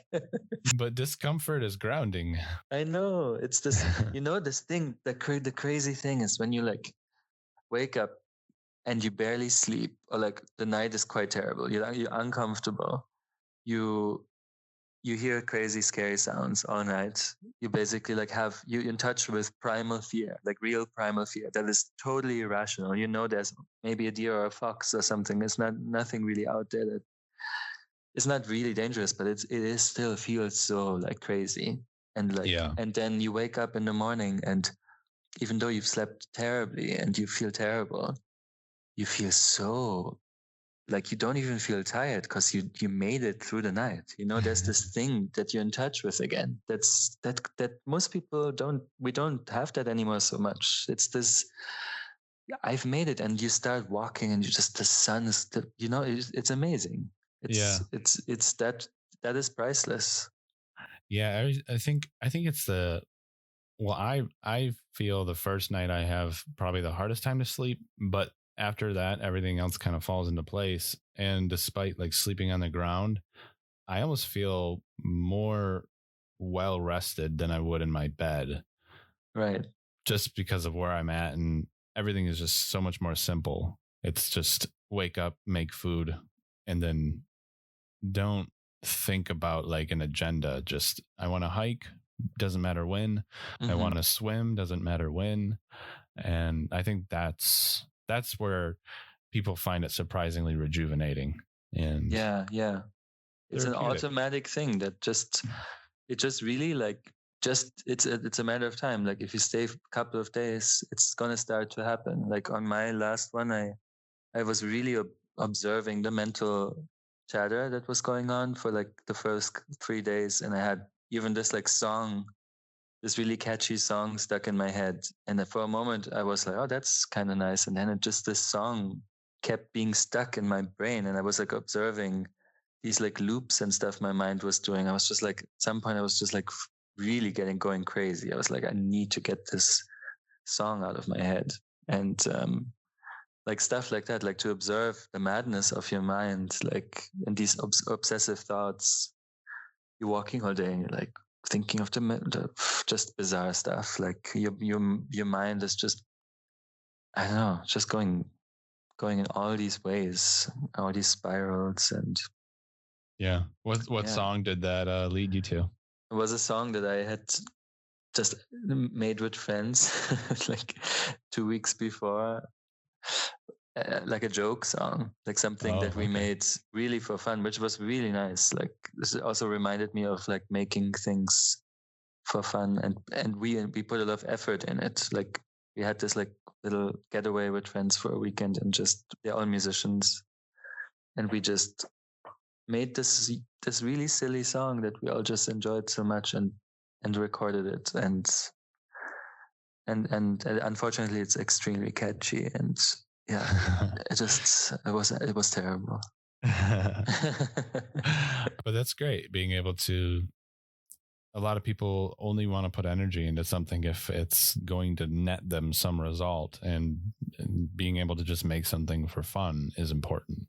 We reference that now. Me and these friends who are also like all professional musicians, and like this, like, yeah, just people around in the scene, and we all say like, we gotta, think of that song. Like we reference that song. We're like, this is the spirit. We're Yeah. all now. That was really good to experience that, all of us. We even made like a little music video that we're never gonna show anyone. Just something we filmed like in the woods. Yeah, and it's just like it's and we're like gotta remember that. We're all. It's really good to point to that now, and we're just like gotta. That's the spirit. Make it for the with those intentions. Something that you can say, this is for us. Mm-hmm. And that's nice. Yeah, and some things should you share with the world, and some things you maybe don't, and don't always try to sell everything. Yeah. Yeah. The Essential John Moods, though, the title of that album, it kind of suggests that there's more to it than that. But is there anything before that? Obviously, you had your project Fenster.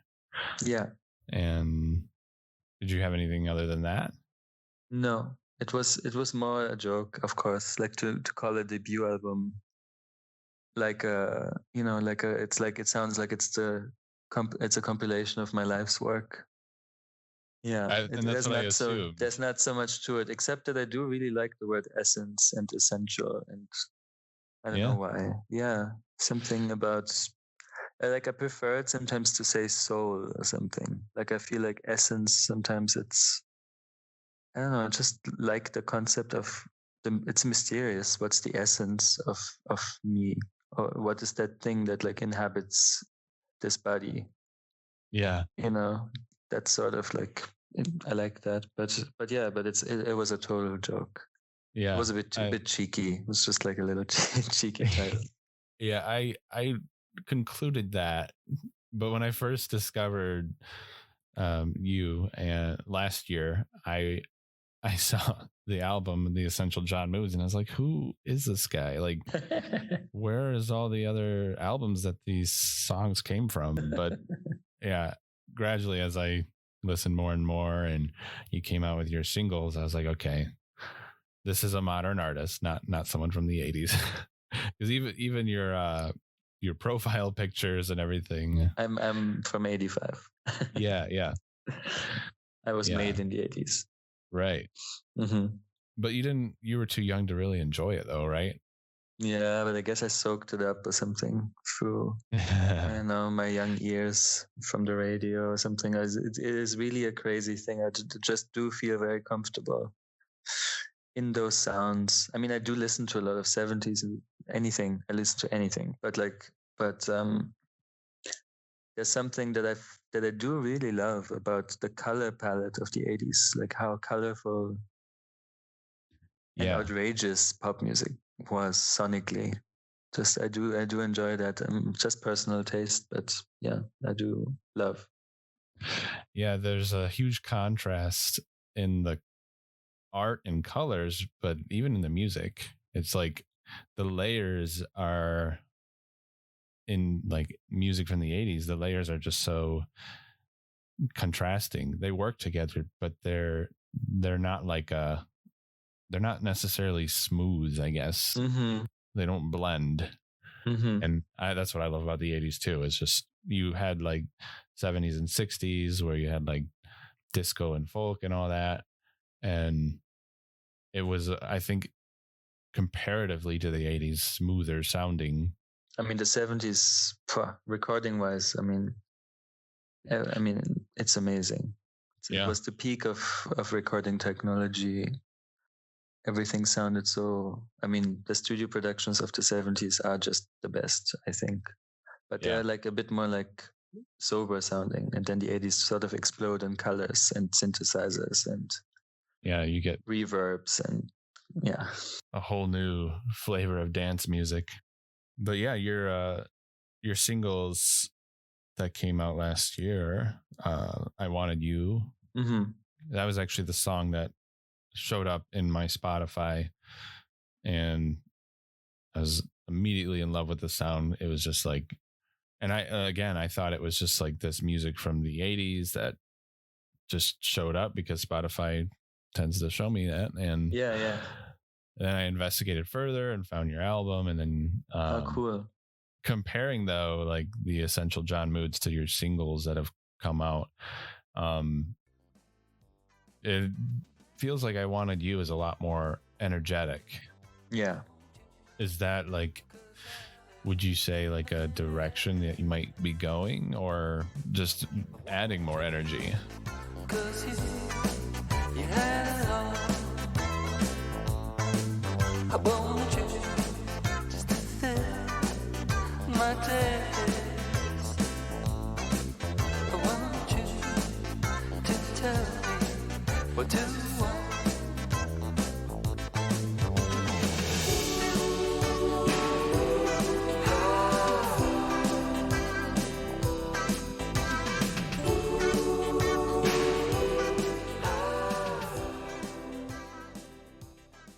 I think it's still gonna be quite soft, because that's just sort of my being or my tone or something, as also as a singer. But I think because I've played live concerts a lot, like after my album came out, and I've written these new songs that are more energetic. Some like, yeah, I wrote this like song that's unreleased yet called So Sweet So Nice. That's sort of a disco song. And yeah, just I think it's going to be a little bit more, yeah, it's going to be a little different, but I think it's going to keep a little bit also of, it's gonna have like a world that's a little bit similar, like a tender thing, tenderness, but yeah, but I think yeah, I'm enjoying also too. I mean, I love this song, this So Sweet So Nice. I just love to perform that live. It's usually the last song I play, and sometimes I go in the audience, and it's a song about death, but about how we're all gonna die. But it's such a happy song, and people sing along, even though they don't know the song. It's just a really nice feeling. It's a very unifying feeling in this moment. There's this whole, like, sometimes I really like trip out on stage, and I look at everyone, and we're all standing here in this room together, and everyone's gonna go, and like we're just like, we know it, our deep in our inside, in our essence, we like feel it. But that's why there's this relief when there's this joyful message or something of death. And yeah, and it's a very silly song at the same time, and I just like I love all these contradictions and all these things, these layers happening at the same time. Like stuff like that I'm excited about. I love to have a good message, or like and have a good time with people, you know. I don't want to, I mean, if I write a sad song, it's cool too, but like I would love to like make people have a good time, but like, you know, the music to be like positive. Yeah. It's interesting that you're saying the song about death is a happy song. Yeah. Something to dance to, which I've danced to weirder, so that's fine. When is that song expected to make its way to people? I finished my second record actually, and I have an amazing help manager who's very committed, and like it's just so great to work together with him, and he's just, yeah, he just takes over certain things that I would be overwhelmed and would have a really hard time dealing with, like selling. Basically, he's the seller. Yeah, he's your salesman. I mean, and I tell him that I don't want that, but he has very good ethics. He's also like very spiritual in his own way, and meditates, and like he's not a music biz guy, but he knows a little bit.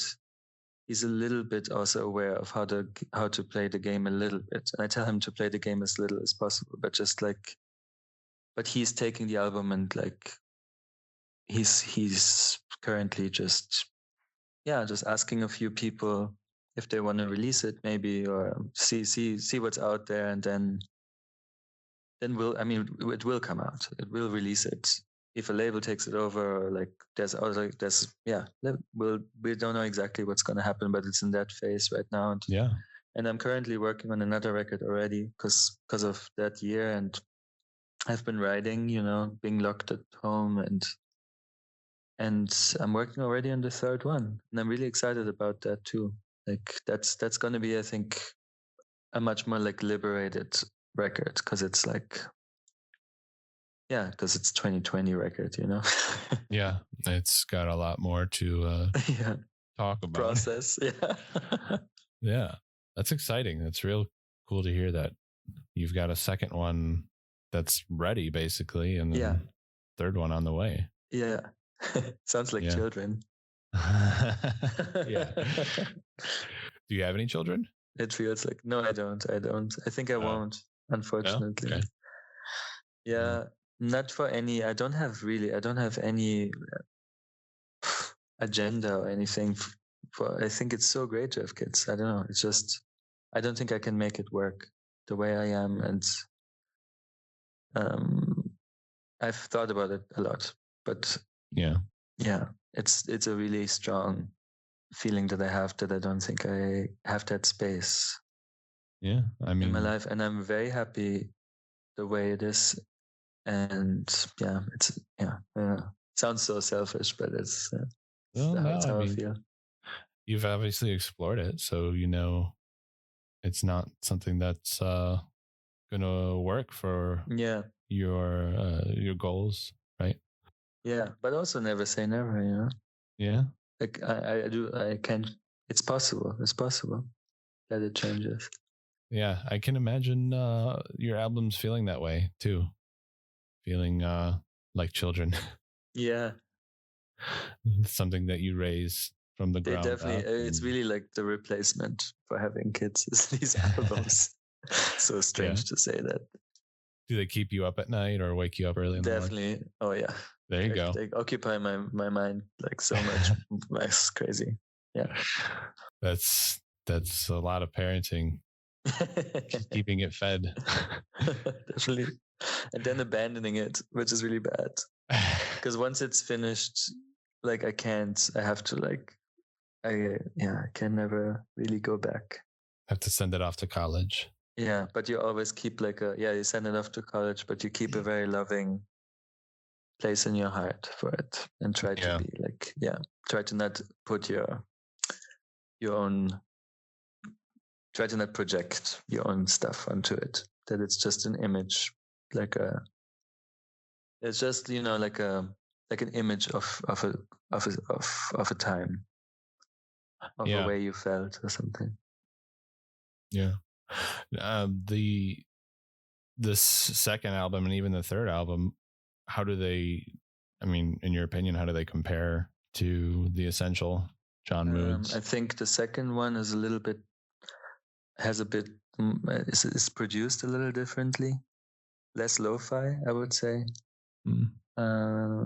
It was a bit of a struggle, because I wanted to get a specific sound, and I wanted to have some live performances, because I'm friends with a lot of really good musicians in Berlin, and like there's this specific group that I played this one concert with, and that I love. They just play very, very sensitively and like quiet and nicely, and they have a lot of feeling and soul, and I really wanted to get them on the record, but it just is really hard to capture. It was just really hard for me to find the sound or something. So I experimented a lot. I got quite lost. There was no producer, so it was just me like trying to like find my way through that process, and getting lost a lot, and making versions and then abandoning them. But I'm pretty happy with how it turned out. Like I've just let go of it now. Like I think I did it as much as I couldn't do it. I just that's what I could achieve, and I think some songs I really captured well. Some songs maybe not, but I think it's quite good. And the third one is going to be, I think, I mean, it's what I'm excited about at the moment. So of course, you're always more excited about what you're currently doing. It's just I can't be objective about the second one anymore. Like I've burned myself a bit. I've spent more time than you should on a record.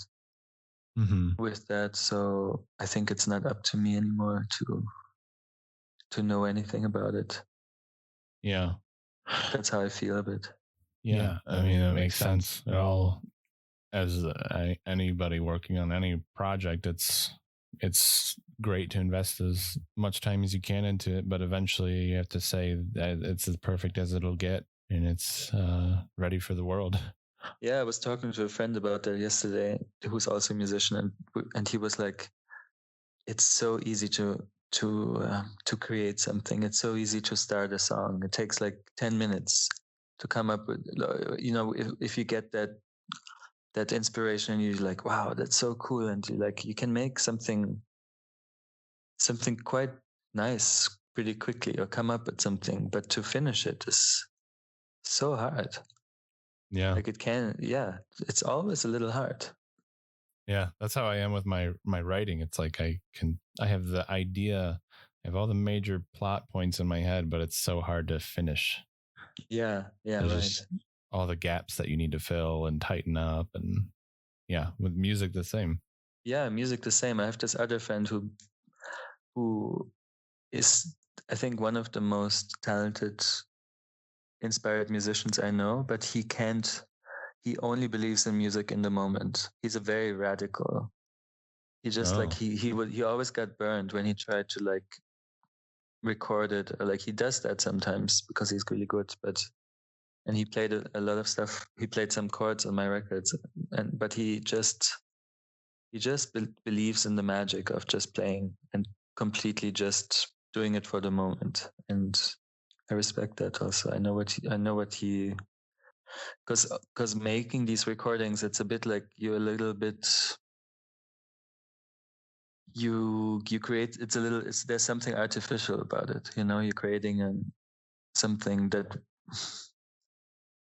yeah, it's like an artificial space that's not bad or something. It's just like, it's not like a live, it can be a live performance, but it's often not. And yeah, I don't know how to say it. I don't know. It's like it's something, there's a sacrifice sometimes in it to make something that communicates to other people. Yeah. In this recorded way, without being in front of the people and playing it, and the whole thing, your whole being, everything resonating with the room, and it's just, there's this thing about recorded music that it's a different thing, and it's a little trickery. It's a little magic trick. It's a little thing that you do also, even though and that my friend is he's just like, I can only do the real magic. Yeah.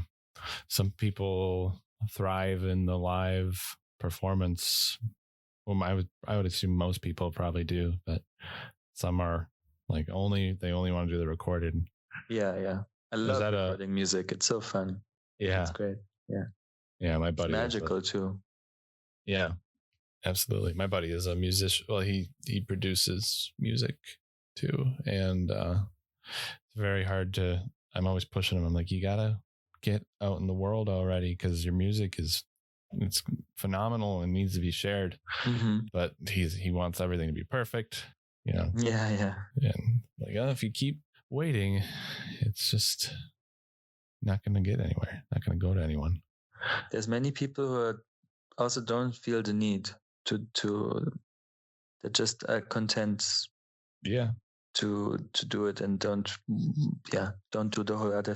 Don't want to get it out in that specific way, or Mm-hmm. But sometimes some people are they really want to share it, and there's perfectionism blocks you, or holds you back from it, and that's maybe something where yeah, I think that's where a lot of creators struggle in general, is just getting beyond the tuning everything down to a T, making everything perfect. Yeah, what is perfect? Yeah, nobody knows. But it's that moment that I sometimes have I know it's never perfect, but there's a moment where I'm like, I'm done. And that's a really nice feeling. Like, there's this moment where I'm like with my first record, I mixed it, so I pre-mixed it myself. And there was this moment I was just like, yeah, cool. you know, like I'm okay with this. It's like it's wonky and like sounds weird, but I like it. You know, it's just Right. it's a nice thing. Like you know it's not finished or something. Like my friend who mixed my second record said he said like you never finish a mix, you just abandon it. Like that's how a true mixing guy just feels, you know. It's just like it's just this moment where you're like desperate, you just have to let go, but you're never done. Yeah, you can fine tune down to the very smallest decimal point, but you do that, nobody's going to notice it, and you're now investing way more time than is needed, and the project can never be perfect, but it can be right where it needs to be.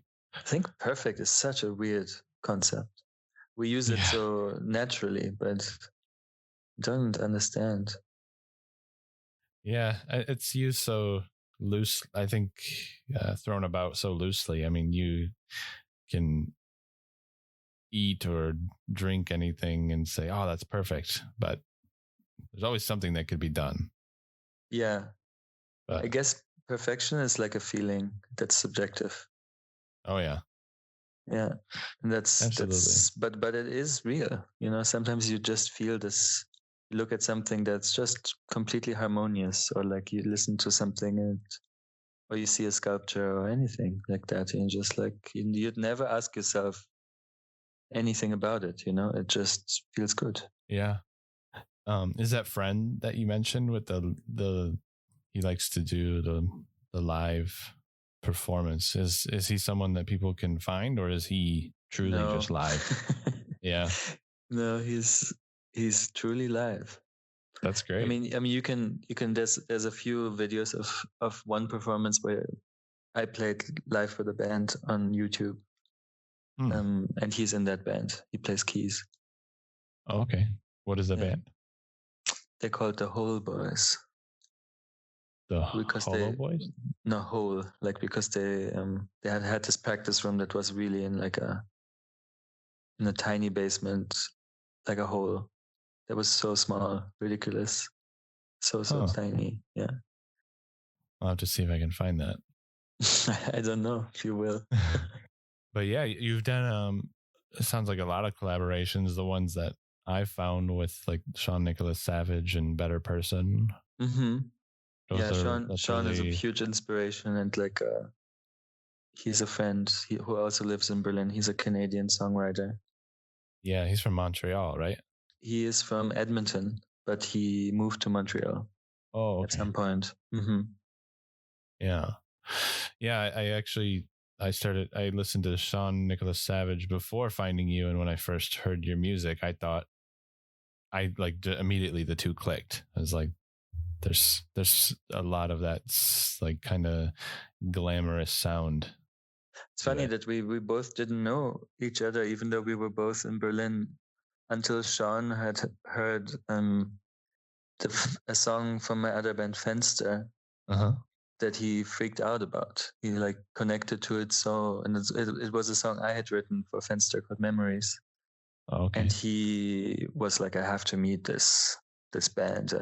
He was really in love with that tune, and that was so nice because I had already been an admirer of his music before, but then we just met in this really nice way, like really liking each other's music and like hanging out and collaborating on a few things, and this is now we're like really good friends, and he's one of those people I'm like, sometimes I like slap myself because he's such a true artist, and that I'm friends with him. Like it's so inspiring what he has done. He made like something like 12 records, and he's like one of my favorite songwriters. Yeah. His lyrics and the whole thing, it's very emotional pop, you know, like there's like a big pop sensitivity to it, but it's always like amazing lyrics, and there's a depth to it, and it's the whole thing. It's amazing. Yeah, absolutely. A lot of like when you hear the word pop, there's almost like a negative connotation, like there's no depth to it. But I don't think that's the case at all. Like, especially with like your music and Sean's music as well. Like, there's so much more than just the sound in the Absolutely. lyrics. The lyrics are very important. Very important. I love that. Yeah, I think pop music would be good to infuse it with more interesting messages and still have these really beautiful songs, you know, but talk maybe about some other things sometimes.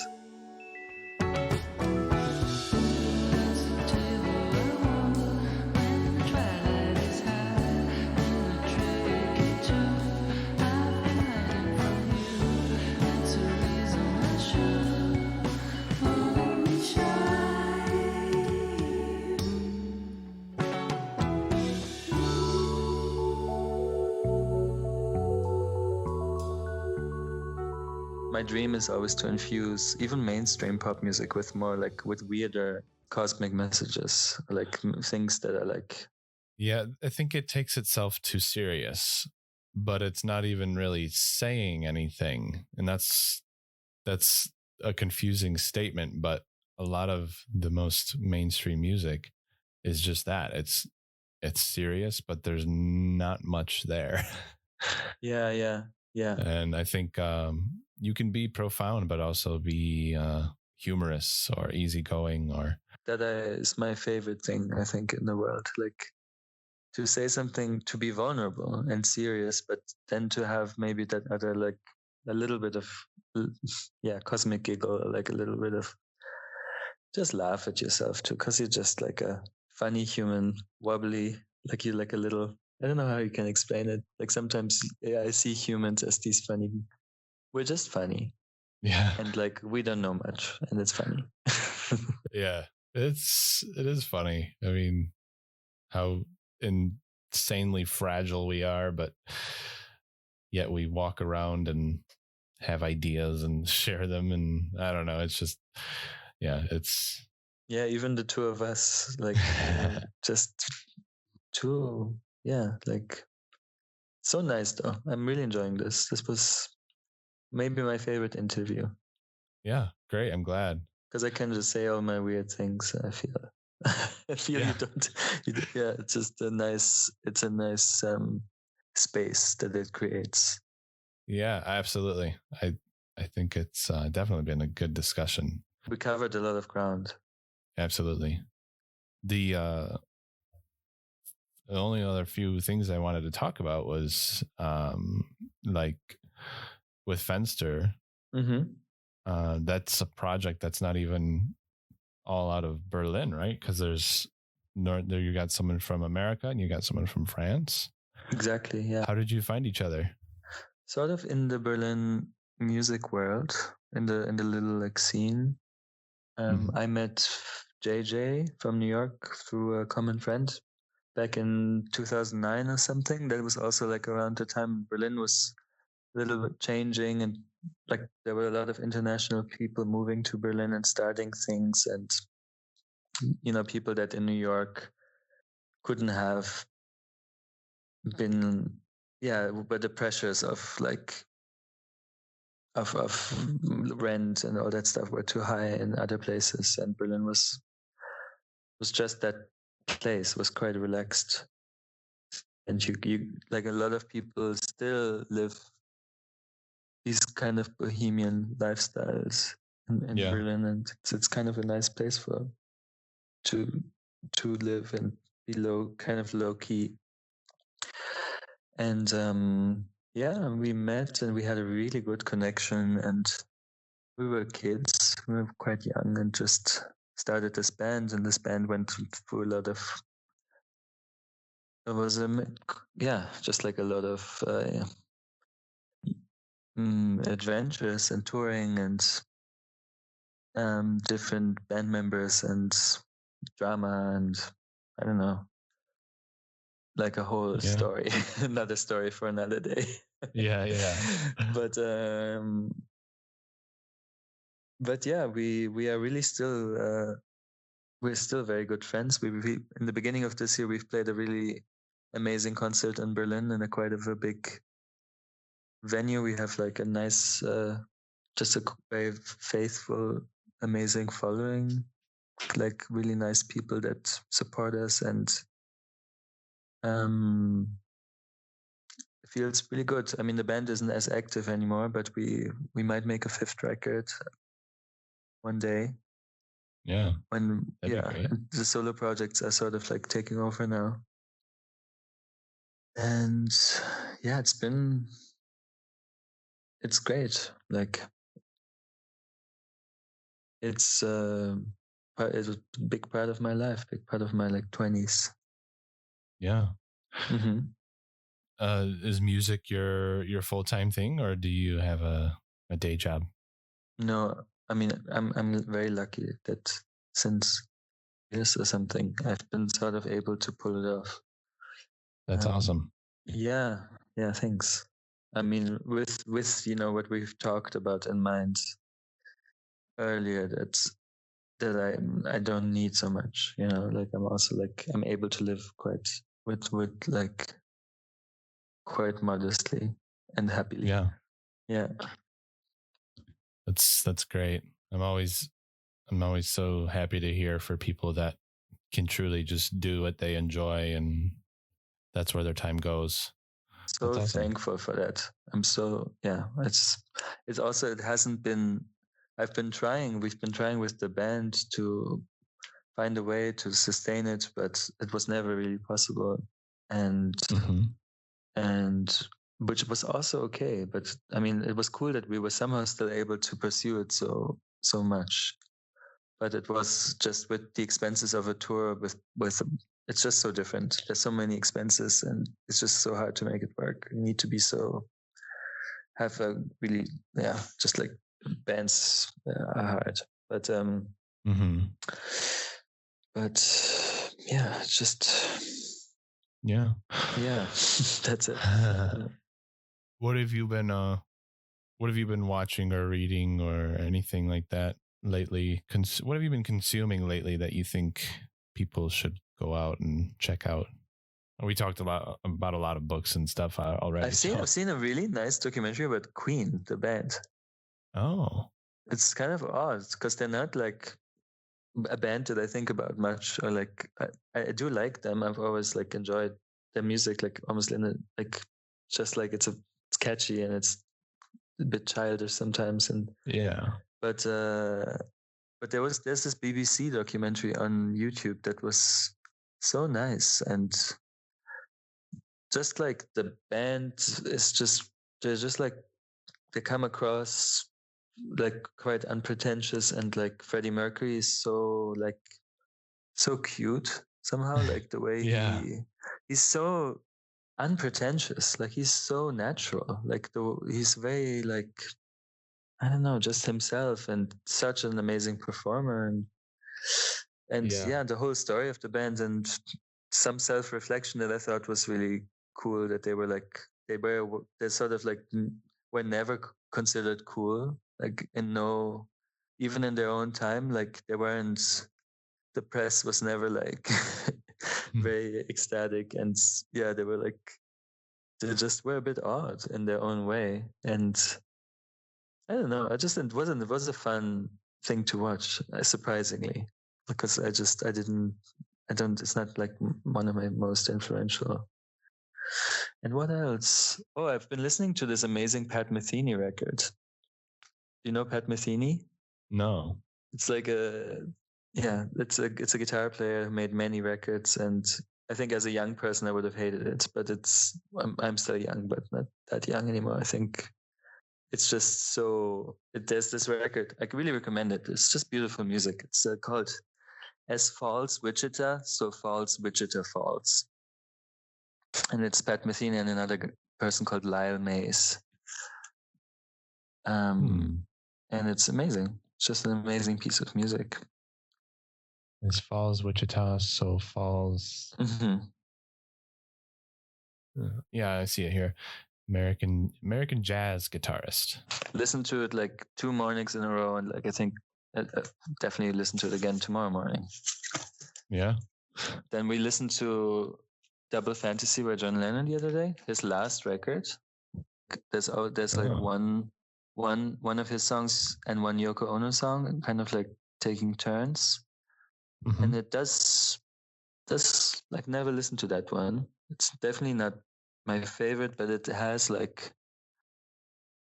there's this interesting song called Hard Times Are Over, the last song of the record, where he like sort of talks about how, which also is kind of topical to what we talked about, where he talks about how it feels to be out of the game, you know, and he's like John Lennon, and I don't know, just like how it feels like to be like, people tell him like he should play it like this, he should do this, and like he just watching. Oh no, sorry, it's what the song "Watching the Wheels," I think that I mean. Okay. Hard Times Are Over is good too, but "Watching the Wheels" is the one, I think. Well, one of the two. And that resonated with me. I was like, oh, he must have probably like, he was probably in a space where he was like, okay, I've done that. Like, I'm really not playing the game anymore, you know, just just doing what I love, what I want to do, trying to find his way through life. Then he got killed. But yeah, then that record was nice. And yeah, we just have I got my like record player fixed, and there was this nice guy called Steve Kekana, the singer from Zimbabwe, or Steve Kekana, yeah, with K, K-A-K, just a good mood record, like a South African, from 1982. Oh, okay, yeah, was fun. I'm looking at it now, and he has some like more folk song influences. Those songs I really like.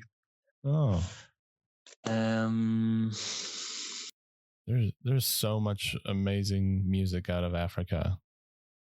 Yeah, absolutely.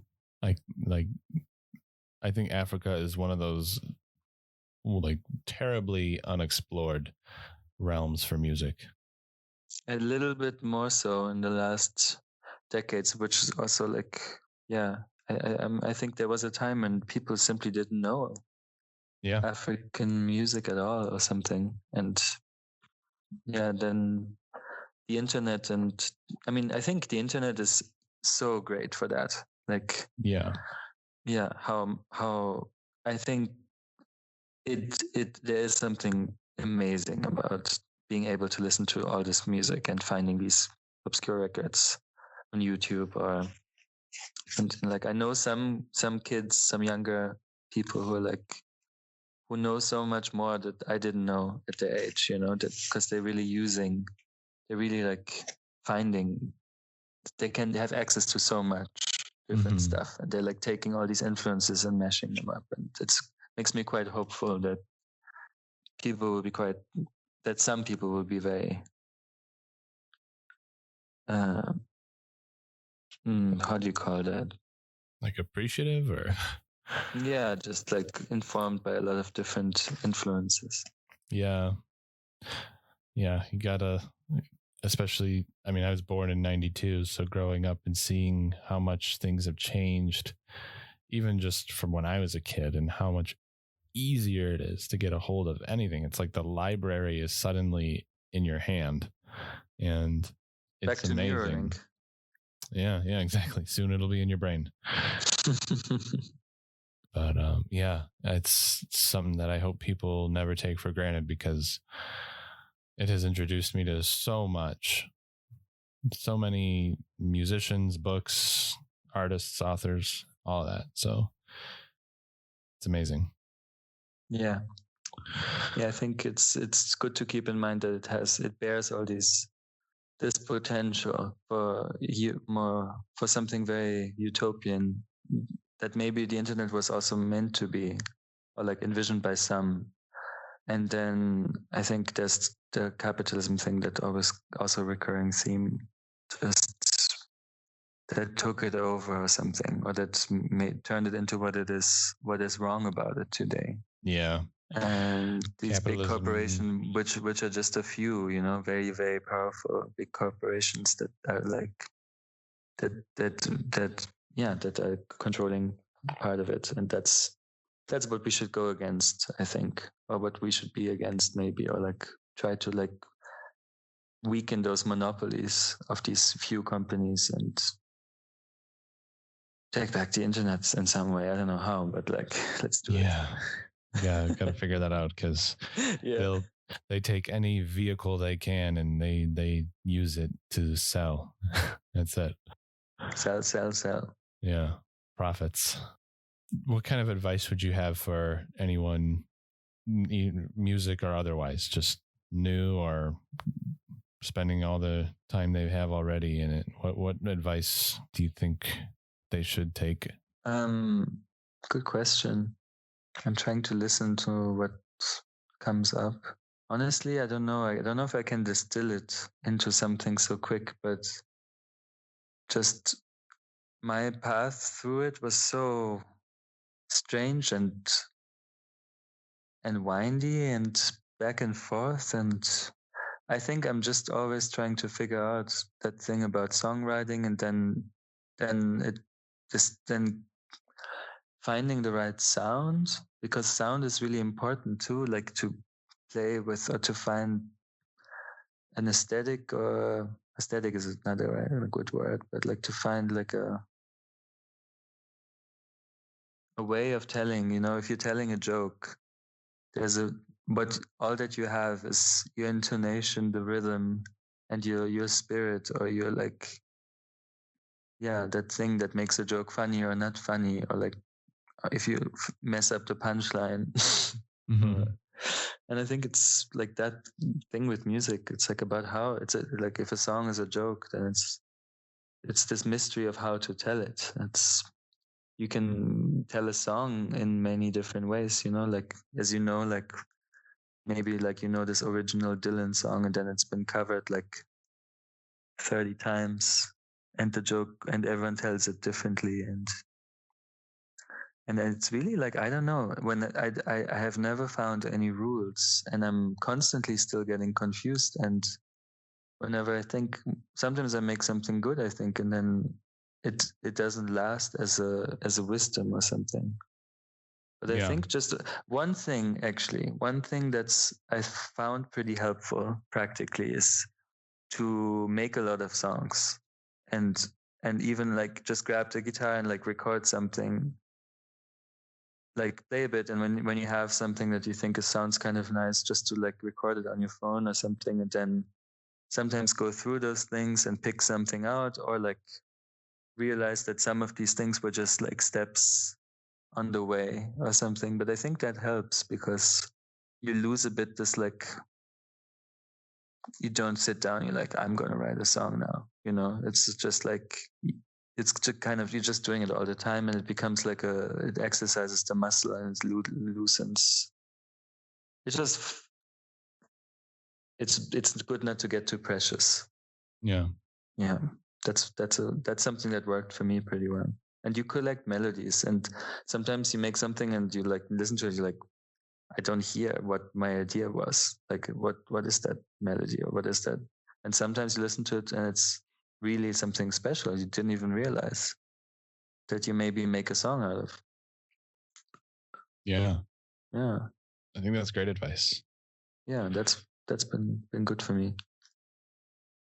I think a lot of people that try to just only produce a song when they're making music, it's where you lose the ideas that you've had over the years, not having, it's, I guess, in a sense, keeping a diary for your music.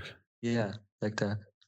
It's important. And realizing that it's not, everything you make is not necessarily like a finished, or you don't have to turn everything into something. Like some things are just like exercise to get to something else or something. Yeah. Absolutely. Now, where can everyone find you? Obviously, you're on Spotify. You're on Instagram. Yeah. I think I'm figuring out these days how to like not be on social media but still be on it. It's like a strange thing, but I think I'll have my manager sort of manage my Instagram, and he'll forward me things, and we're in the process of figuring it out. But it's one of those things that I mentioned earlier, that the Instagram that just gets me back into this like branding, marketing kind of thing. Yeah. And I just think I just really, really saw this year that I think I'm happier in the analog natural world. And then if I want to post something, I just write up a little text and maybe take a little picture and send it to him, and he'll do it for me. And he has no problem. He's like a much more stable person, and he can manage it for me. And so, but I have that.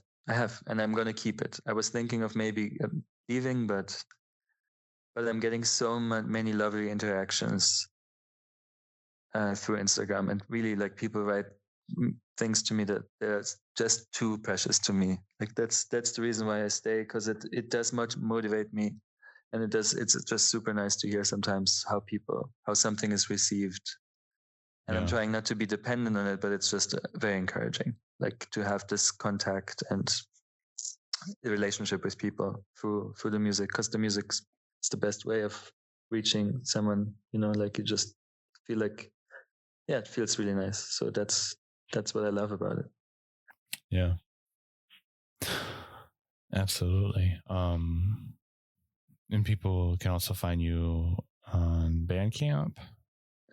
Yeah, I think so. I think you can find me there, and you can maybe even order the record. I don't know. I think there's an LP. I first released the record as a tape, but then we sold it a couple of times, and then after 2 years it being out, we made a record, which was really nice, because I always had dreamt that this would be also a vinyl, but it seemed impossible at first, because it was such a mini release, such a small release on a very small label. Yeah, I still need to pick up the vinyl. I love the artwork on it and everything. So, yeah. I think it's hard to ship to the States these days, actually. Yeah, it is. Maybe soon again. Yeah, I have some records on the way, actually from Germany. But they haven't showed up. It's been like almost a month. But they'll get here. They're both American. I just found a fairly good deal for them over there. Okay, but, funny. Yeah, the one I mentioned earlier, Bing and Ruth. Mm-hmm. And then, well, actually, no, only one of them is American. Bing and Ruth. And then the other one's out of Scotland, I believe. But he's a techno artist by the name of Perth Drug Legend. Perth Drug Legend. Yeah. I'm not so versed in techno, but my friend Luca from Fenster, from the band, he always tried to make it, to get me into it, to make me see make me see the light of techno. Yeah, it's you got to get into the repetition and everything, but it certainly works more for like live, something to dance to. But I love it, both settings. Those times I've experienced it, because Berlin is quite a clubby city, and there's a lot of it's quite, I mean, the biggest music scene here is electronic, so absolutely. So you're always exposed to it, and I have had very like interesting moments, very like almost like a little mystical, strange mystical moments that are with really good, interesting techno music. Yeah, Berlin's very big on a lot of music, but that especially. Definitely.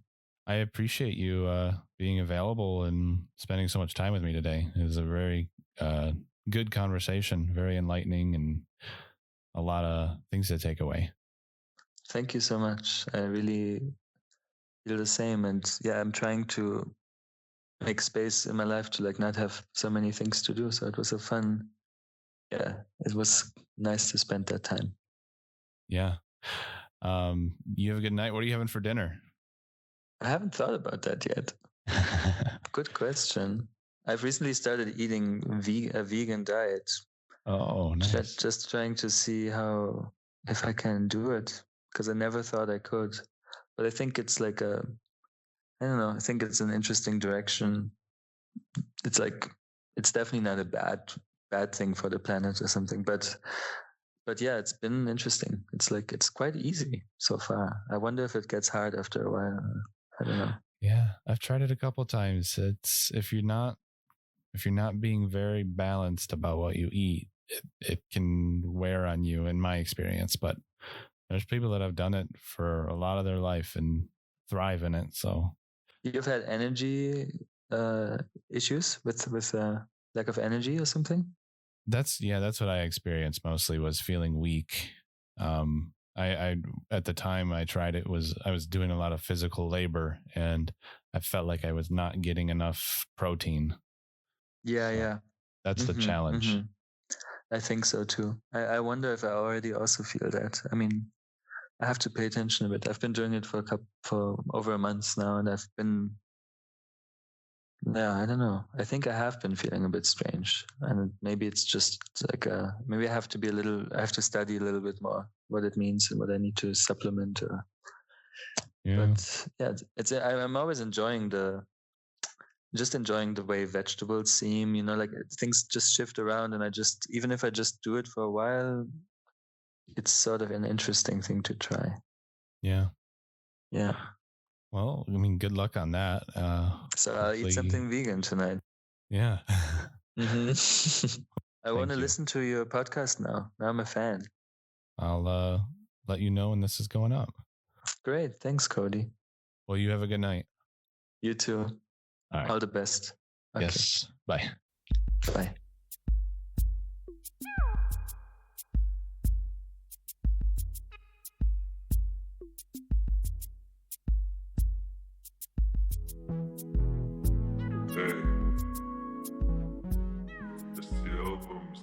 And there you have it. An amazing interview and conversation with John Moods. We talked about a lot of things. Talked about money and its effect on people, and consumerism, and being sold to with capitalistic intentions, and our place in the universe. All of that, including his music, which you need to check out. Go listen to the Essential John Moods. Follow him on Instagram. Follow him on Spotify, Bandcamp.